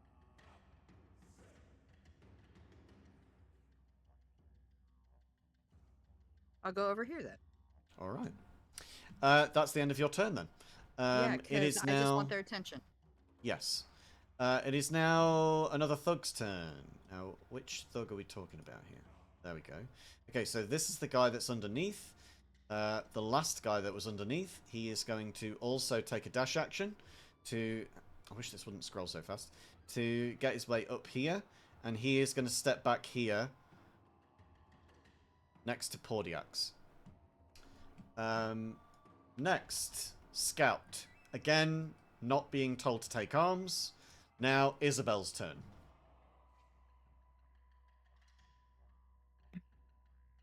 Right. We need to start fighting again, don't we? Which one did you say was looking bad? This guy. This guy's the only one that's been attacked so far. But you've now got 5 of these guys up on the on this deck with you. I'll go.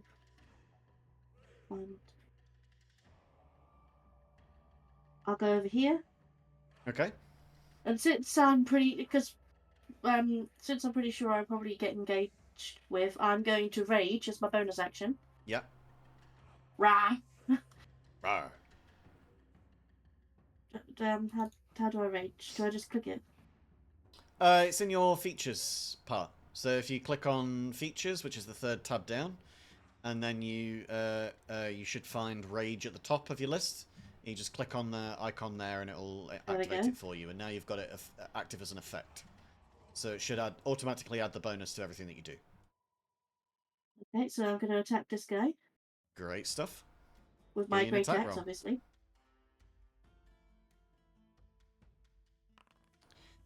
19 hits. Yeah, let's go. And that's 13 damage to him. Wow. Smack. Nearly halved his health. Now you have extra attack, do you? Or No, not? I think that's not till 5. Oh yeah, you Level don't have 5. that yet. Okay. Well, you've taken your bonus action and your action. You've given them the extra bonus of your rage. What do you want to do now? Are you just staying where you are or moving around him? Well, since I'm raged, I'm just glaring at him angrily while holding my axe. Going, "Arrgh!" Nice. What does it look like when Isabel goes into a rage? Is there any physical change or Not anything like yet. that? This is something I'm planning for my class later on. But I'm a bit feral. With Feral. both my I like stabs. that. I like that. This book nerd, this thin looking book nerd that you would never imagine being this strong, being able to entirely lift a whole canoe in one go, and then raging at the sight of somebody who's you know one of the causes of injustice in this whole horrible world. It's the mentality of going into a rage just works so well for Isabel. You better not mess with me by taking one of my books away. You'll get a lot worse. I don't want to take your books away. Why are you hitting me? It's now Victor's turn. Victor isn't here, so we move on to Aldrin.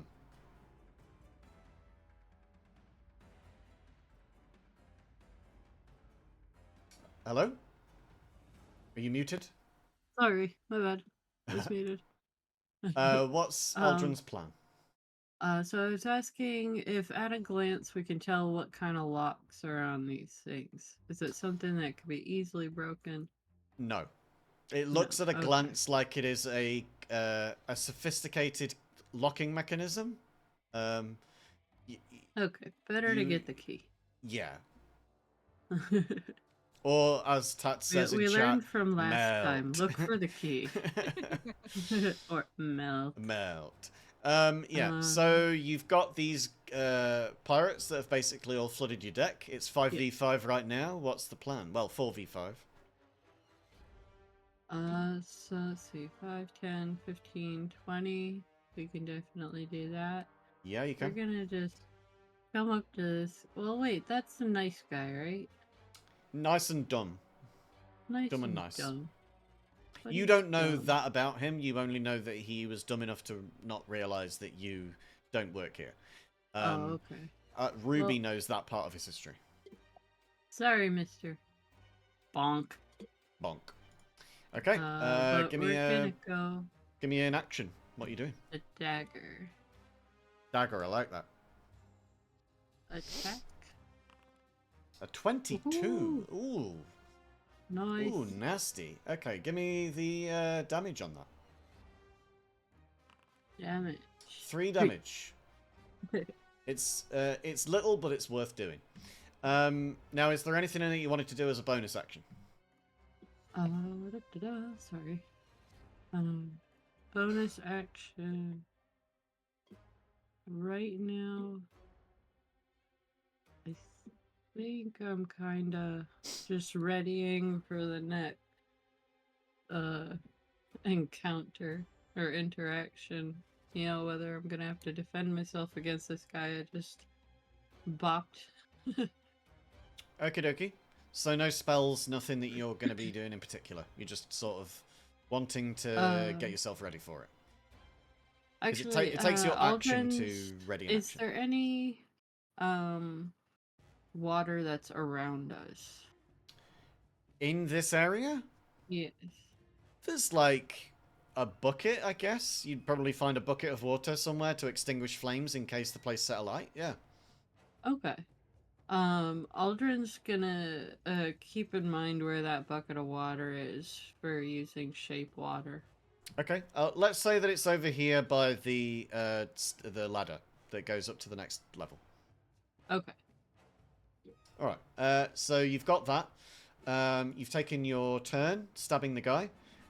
It is now next person's turn in combat. So we go to the deck. Another person on the deck. And another person on the deck. And we are back to this guy. Thrag. Thrag is going to take his mace. And he's going to swing out at Ruby. And he's going to swing out twice. Because he has multi-attack. We go once. That's an 18 to hit. And an 18 to hit.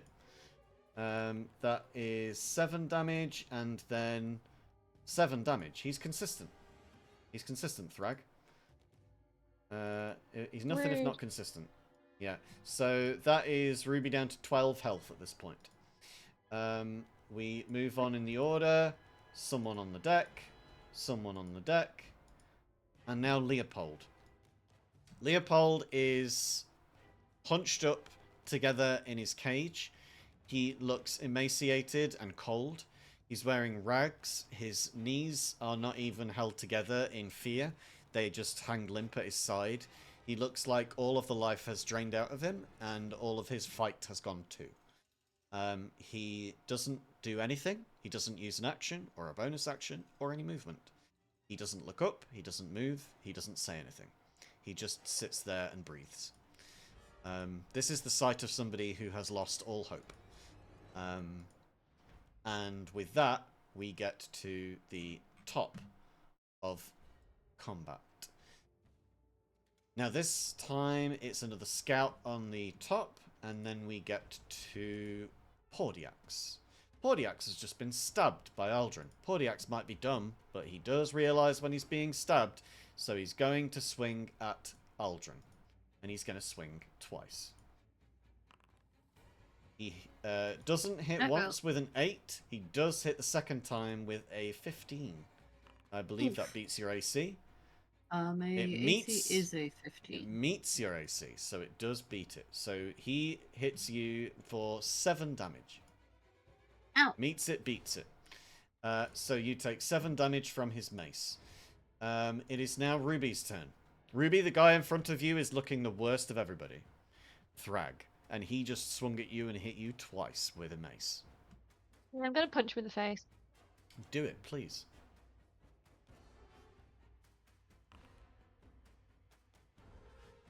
The 11 does hit. Does. Oh, thank. That just beats his it just beats his AC. He is at death's door with that punch. Okay. I guess if Ruby can recognize that he's that close to death's door, she's probably not going to start fannying about with other bits. I guess I need to disengage with him though, wouldn't I? If you were to move away from him, it would be a disengage to move away. Yes. I mean, you could always flurry of blows and just take 2 more punches and try and finish the guy, but it's up to you. And Briar also has the spiritual weapon. Briar's got the spiritual weapon trained on him as well, so there's a chance exactly. that I don't want to take him waste the key points. I'm trying to work out if I can move over to Leopold. That's what I'm trying to work out. But I think if I disengage, disengage action will do it, but that's an action to do it. You can do an offhand strike using your bonus action, so we could say that that was what you just did. Can I ask what these are? Are they ceiling lanterns or pillars? They are posts with lanterns attached. Okay. Cool. So the wood square is that's the post, and then the metal is the metallic lantern that's like bolted to it. That's what they're fixed. They're fixed hard to it so that they don't fall out and smash everywhere. Oh, could Ruby get around that if they just went to here? Because then they wouldn't be breaking. But Ruby's trying to get to Leopold. Right? Leopold's over here. Okay. Leopold's the caged guy. Gotcha. My bad. Yeah. So I know that I can spend a key point to take disengage as a bonus action, but I don't want to just be spending key points willy-nilly when there's lots of guards around. Yeah, you equally could do the same thing without spending the key point. So mechanically, it wouldn't make any difference, and you get to keep your key point. Yeah, but it'd be an action anyway, so I couldn't do it this turn because I would have to have spent a key. No, yeah. Well, that's what I'm saying is that you could have done your offhand strike as the bonus action, and then you could use your action to disengage. I'm fine with doing it that way if you want to. But it would still be spending a key point regardless, so I'm not getting any net gain. I think I'll just hold back to next turn. All right. Well, do you want to just punch the guy then? I already have. No, I mean like a flurry of blows or a bonus action punch, because you get to punch him once and then punch him a second time as a bonus action. It's an unarmed strike. Punches are free. Oh, I didn't realise that I could do that as a bonus action. My bad. That's what I'm I'll do that saying. then. You can have done the normally to do a punch as an offhand strike as a bonus action, you need to have taken the attack action first to be able to do that. That's why people can use daggers as bonus actions and stuff. I don't mind you doing a disengage with a quick punch in this moment because it feels like that was something that Ruby would want to do. That's why I was offering it to you before, so that you could still punch him and then step away without taking an attack. Does that make sense? It's fine. I've just punched him again. Okie doke. So you punch him again and it connects. Roll damage. Okay. As you look Thrag in the face, this one of the worst of your tormentors in your years of being a slave. He clearly hasn't taken any recognition of who you are in this moment. What do you say to him as you strike the life out of him? And please describe the kill for me.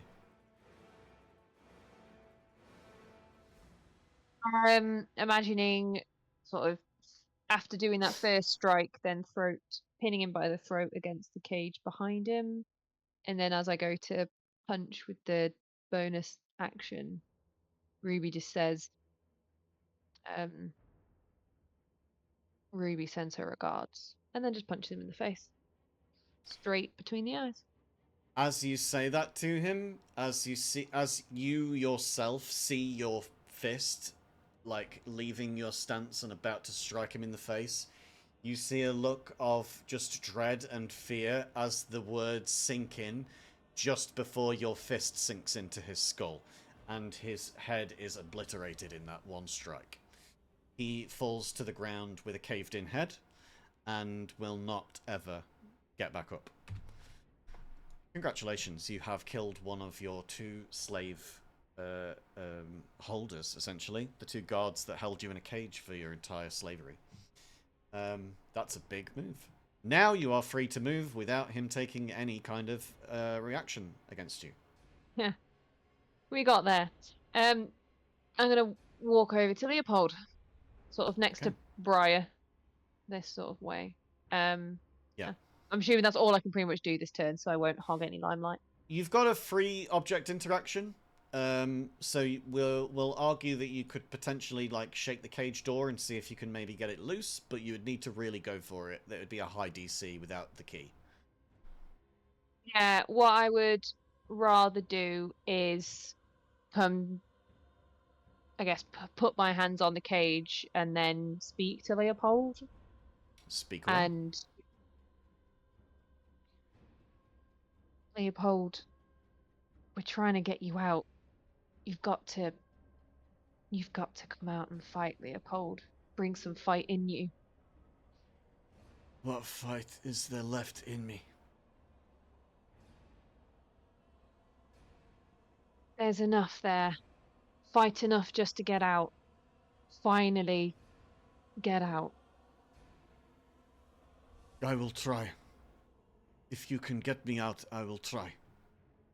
I will promise nothing of trying to kill, but I will try. Who are you? All I need, Leopold, is for you to fight for yourself, but it's Ruby Leopold. His I'm back. face, like, widens, like his eyes, his mouth, everything widens. After, like, a good 5 seconds of just no reaction, he realizes. You can see crust of, like, dried tears and blood on his face just start to separate as he, like, looks around at you with dry eyes and sallow, skin, and he looks towards you in this look of awe and shock and love and everything all at once. Just a complete overwhelming look of every emotion a person could possibly experience in that moment. And as he looks towards you, you'd see his heart start to beat a little bit more, and his muscles start to tense in the sinew that is left of them. And he says, I will fight. I will fight alongside you, Ruby. I will fight. That's the end of your turn. It is now Briar's turn. Briar, your spiritual weapon is now hovering over the corpse of a slave trade god. Do you want to maybe move it over to somebody else? I would, but I need to take other action, so it's just gonna have to hover for a little bit because there's more pressing concerns, seeing how Cool. Ruby is very hurt. Ruby is incredibly hurt. Has less than half of her total hit points. So at this point, I am going to use my Twilight Sanctuary. So at the end of everybody's turn, they will get, I think it's 1d6 plus 4. Yep.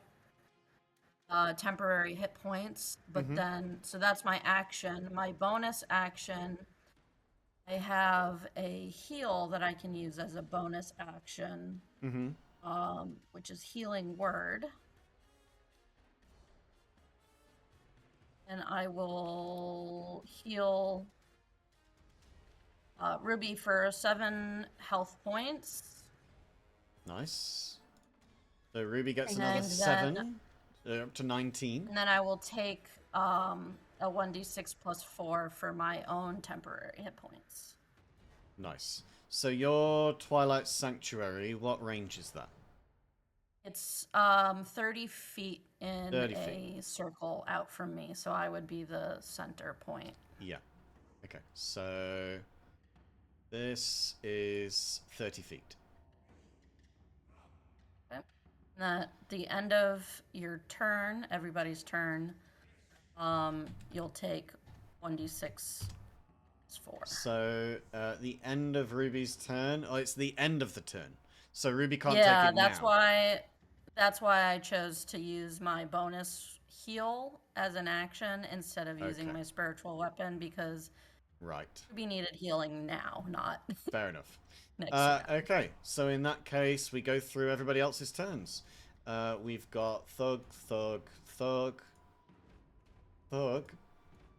and we're back to Isabel's Thug. Isabel's Thug turns around, doesn't like the fact that Isabel is making accusations about him stealing books, and he is going to smack you twice with his mace. First one hits for 21, and the second one also hits for 14. You get damage and damage. That is a total of 15 damage. Does it get halved from It should my- automatically get a halved for you, which it has, yes. Okay. That's the bonus of having these effects on us, is that it automatically calculates it for you. So 15 halved rounded down would be 7, so you took 7 damage instead of 15. He's about to scratch. This is true. It is but a scratch.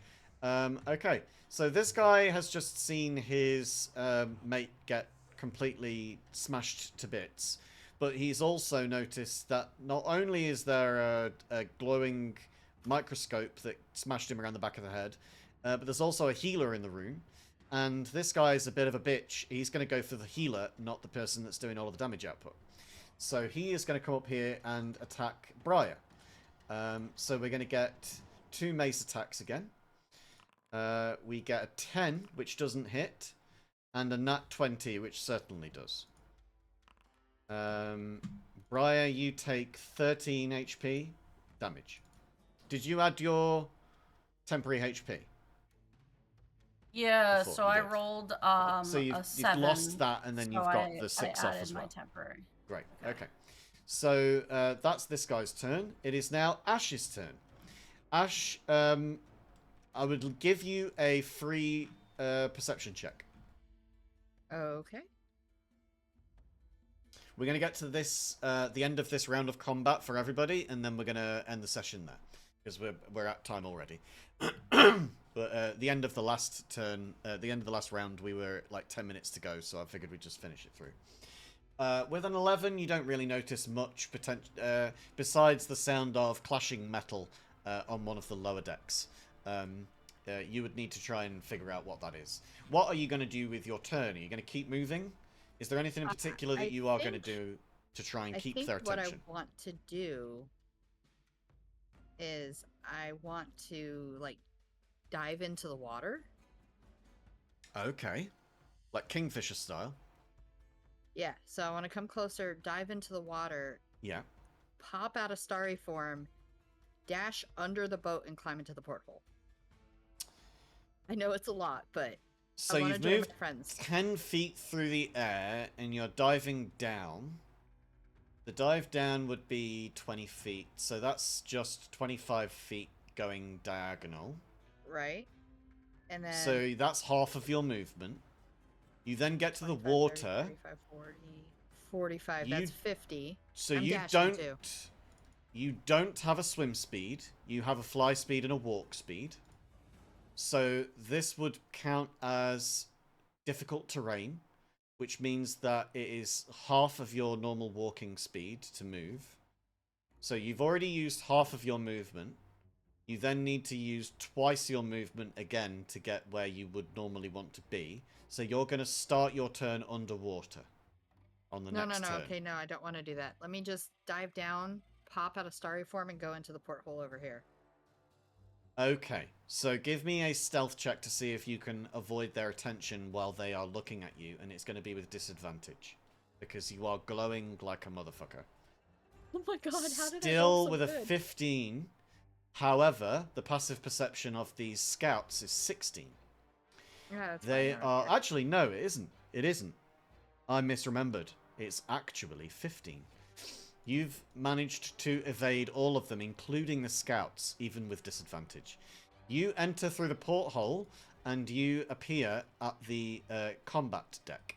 You have made it 20 feet flying to get to this point.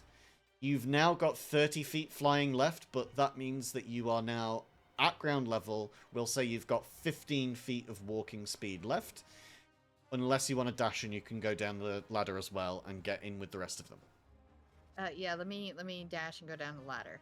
I want to be with my friends. Then you are going to end up over here. You are now at the bottom of this ladder, next to Briar. If you end your turn here, then you'll get the temporary HP. You still have some movement, but you can't do anything else because you've used your action unless you want to use a bonus action. What can I do as a bonus action? Let me double check. There used to be a little filter tool that would allow you to unclick. Hang on. Here we go. Starry form, that's it. You can just do your starry form stuff. That's the only thing that you can do as a bonus action, really. Okay, never mind. I popped out of starry form, so... Yeah. Okay, so you pop down below deck. You rush in, stealthy-like. Everybody on the top of deck is just dumbfounded. This glowy thing has just disappeared, and they don't know why. You hear them all scrambling around above decks, but they're 2 decks up, so they're not going to notice the sound down here. And you pop down the ladder right next to Briar and Ruby, and some dude who's just apparently smacked Briar around the head a couple of times. That's the end of your turn. It is now Thug's turn. What do I do for the temp HP, though? 1d6 plus 4, please. And then add that to your temp HP pile. This guy is going to move his way around here, I think, and get to Isabel. Because Isabel looks like she's given out a lot of damage. And so he wants to try and fuck up Isabel. Come at me, bro. That's 18 and 21, both to hit. Ouch. They both hit. That is 8 damage and another 8 damage. That will give you a total of 8 damage to your HP because you are raging. But that is the end of that guy's turn. It is now Scout and then Isabel again. Isabel, what are you going to do? I'm gonna smack the one in front of me first. Mm-hmm. In my rage. Give me a sec. Go for it. I don't know why this doesn't auto-roll. It, like, scroll, rather. It should auto-scroll. Dirty 20. A dirty 20 definitely hits. If you hadn't figured out yet, these guys have got an AC of 11. Huh. Give me damage. 13 damage. Oh, boy. That guy's looking fucked up. You just take a massive chunk out of one of his thighs with your great axe, and he starts just pissing blood all over the place. That's one of your. That's one action, I guess. Is there any other action that you want? Well, not another action, but is there any other thing that you want to do? Do you want to do a bonus action or anything else in particular? I don't think I've got a bonus action. There's only What rage, can and I you used do? that already. Let's see. Oh, I tell you what, you do have the totem spirit of the wolf. So if you end up, if someone melee attacks a creature that is hostile to you, that is within your melee range, then your ally will get advantage on the attack roll against that creature. So Aldrin would actually get advantage on this guy because they're within your range and you are raging. So that would be an automatic thing that happens for Aldrin. If Okay, Aldrin so goes for an attack again. But yeah, if you move over to here, then that includes like both of these guys, and you're not leaving this guy's melee range to get an attack of opportunity. Okay, I'll do that then. So yeah, if you just move over there, then that's great. And I've got to. And then you also get the 1d6 plus 4. So just type that into chat and we'll figure out what you get. It's now Victor's turn again. Victor is not a part of this combat. It is now Aldrin's turn again. E4, isn't it? Sorry. It's 1d6 plus 4. Aldrin, what are you going to do as part of your turn? So we've got a whole bunch of guys right here. Add a 5 to your temp HP then. Okay. So yeah, you've got 3 guys here. One of them you've partially hurt, and then this guy over here is on death's door. He looks very fucked up. Okay. So we're gonna use acid splash on these guys right in front of Aldrin. Great stuff. Two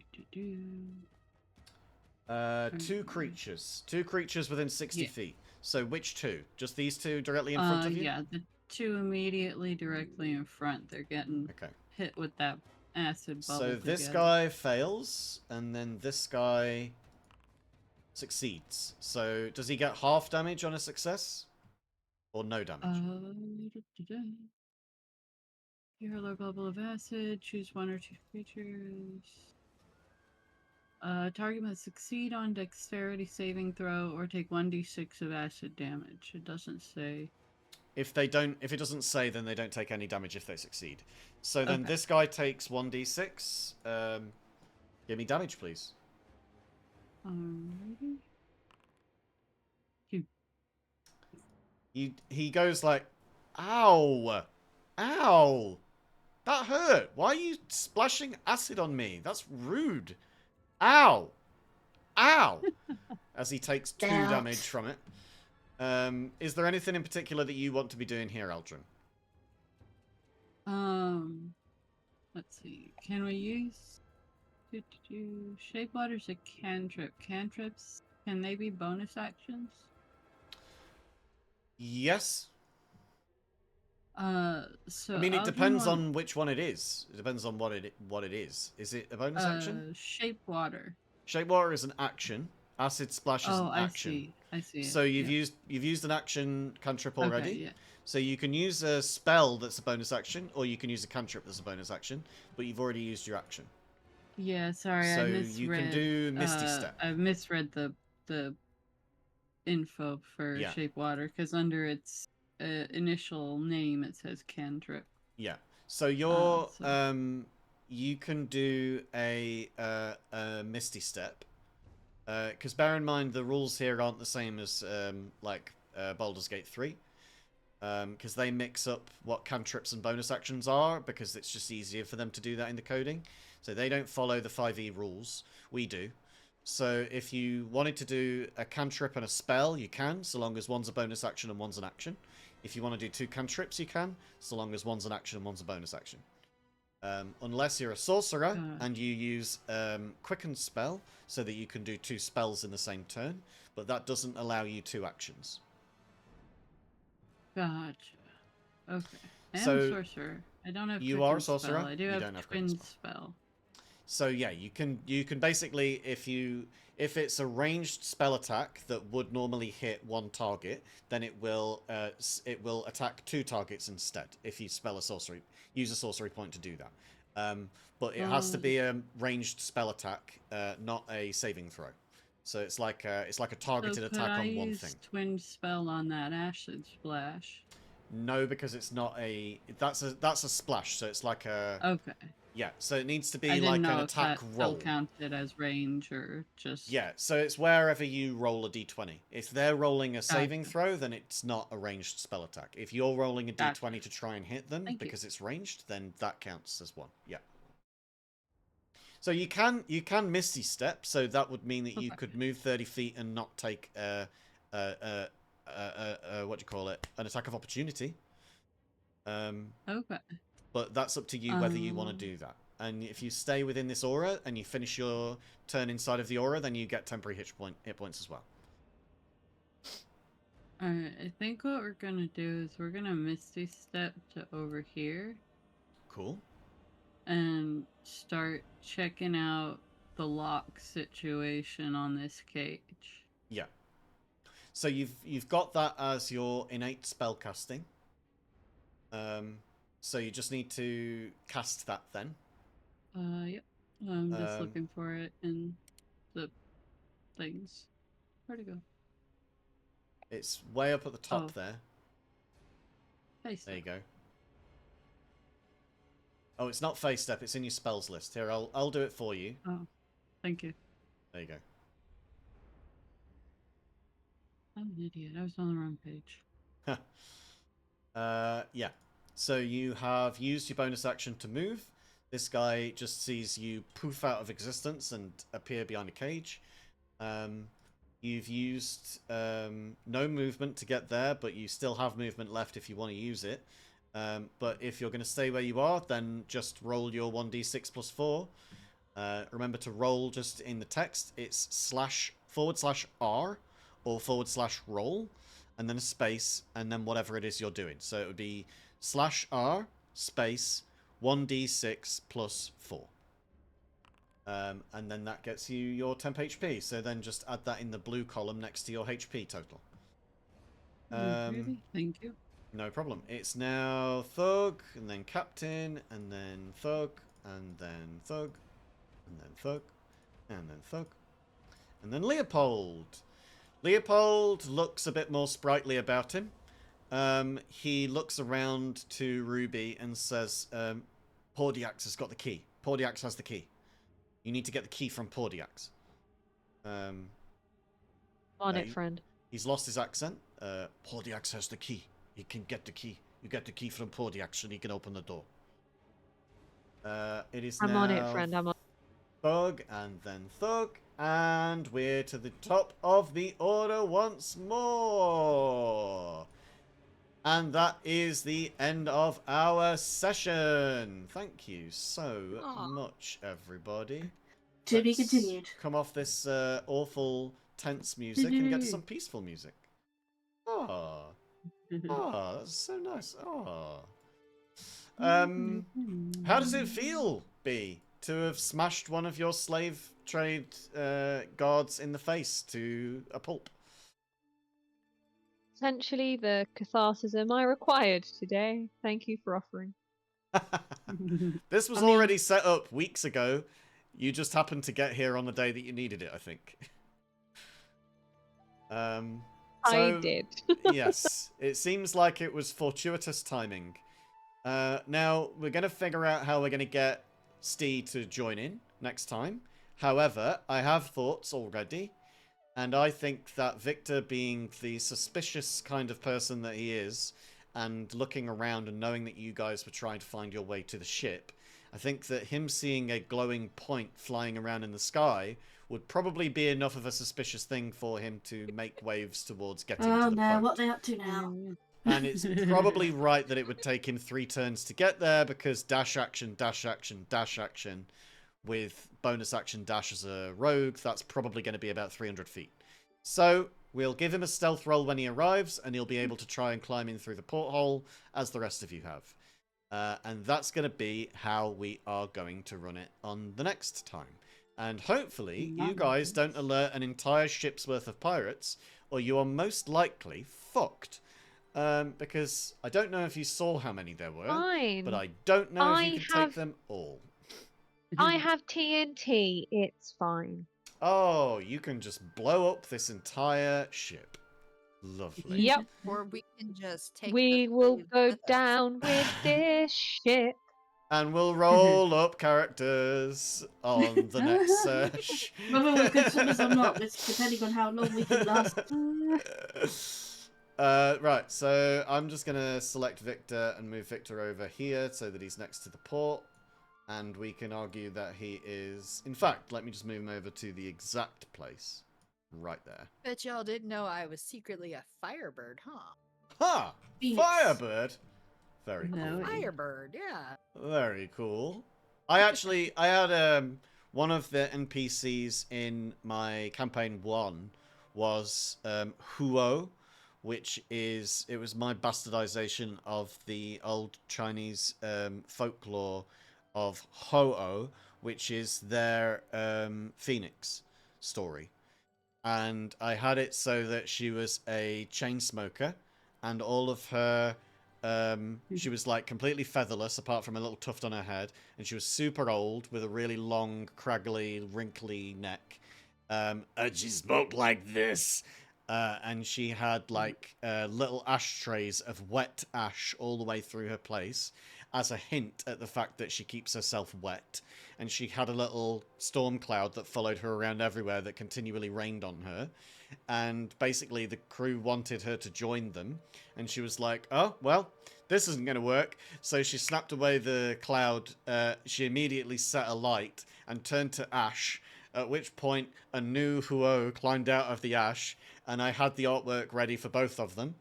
And the one that climbed out was young and dumb and knew fuck all, and the older one was the wiser one who had all of the memories of like how to deal with this island that everybody was on. And then this fresh new one pops out and is like completely clueless and just yelled everything.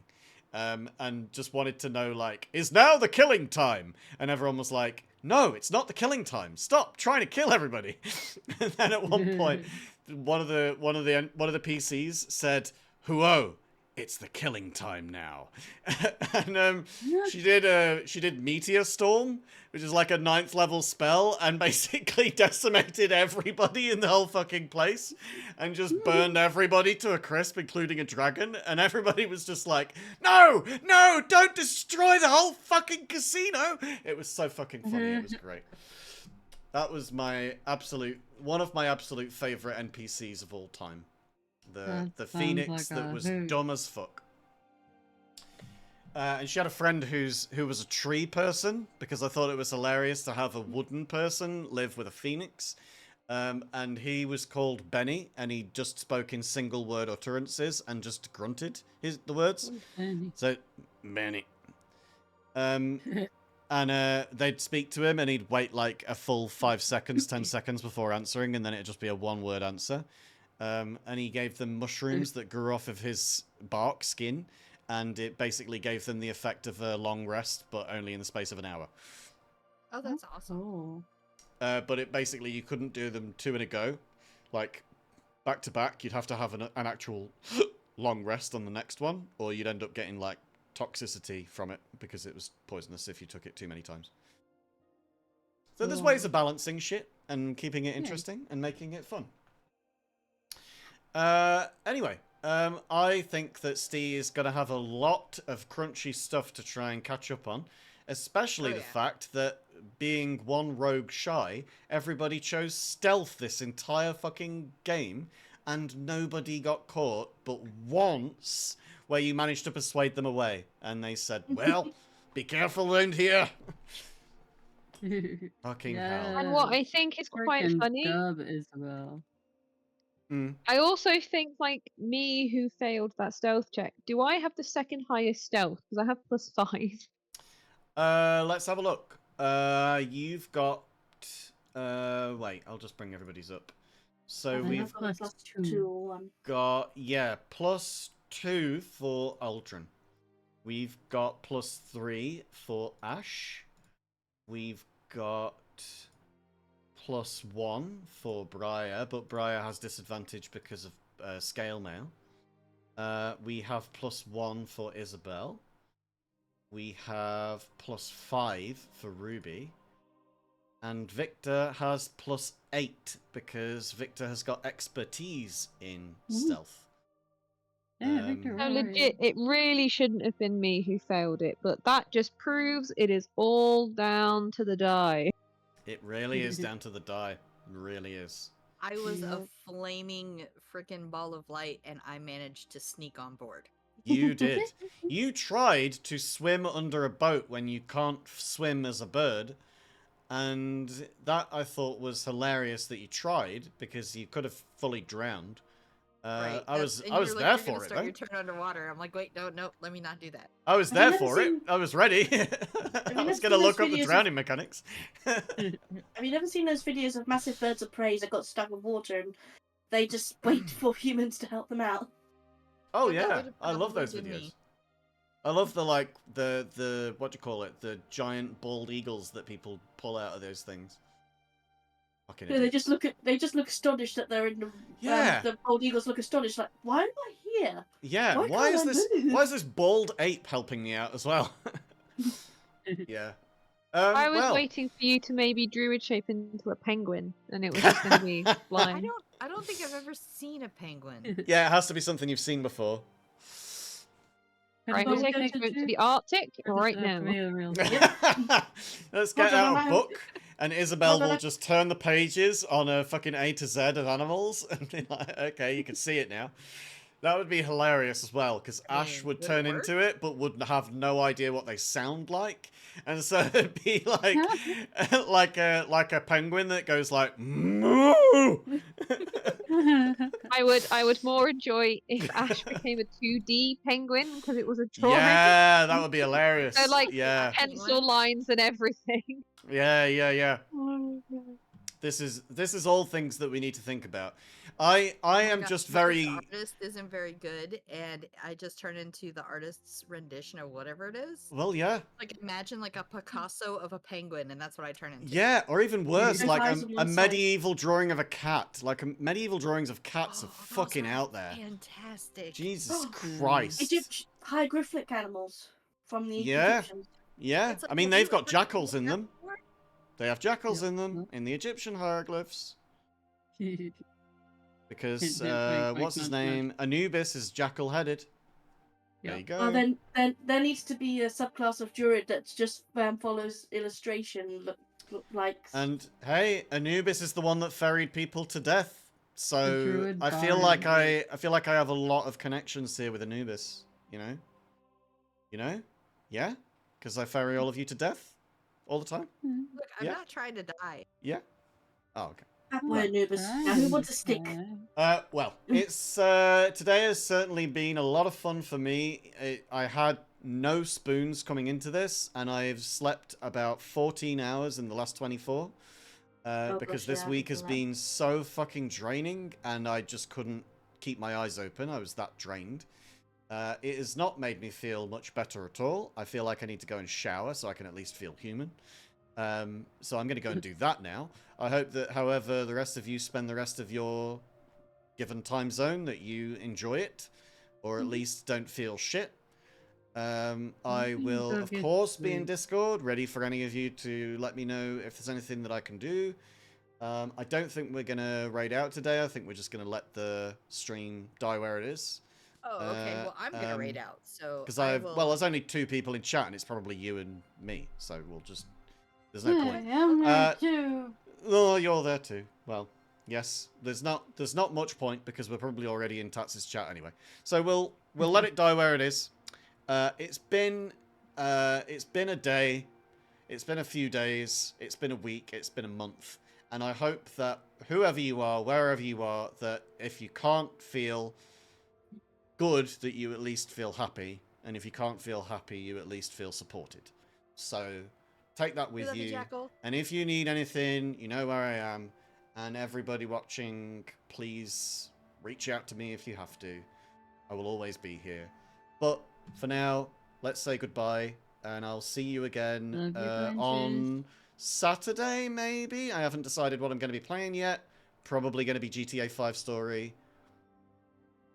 Because I feel like I want to leave Resident Evil until the stream-a-thon in September.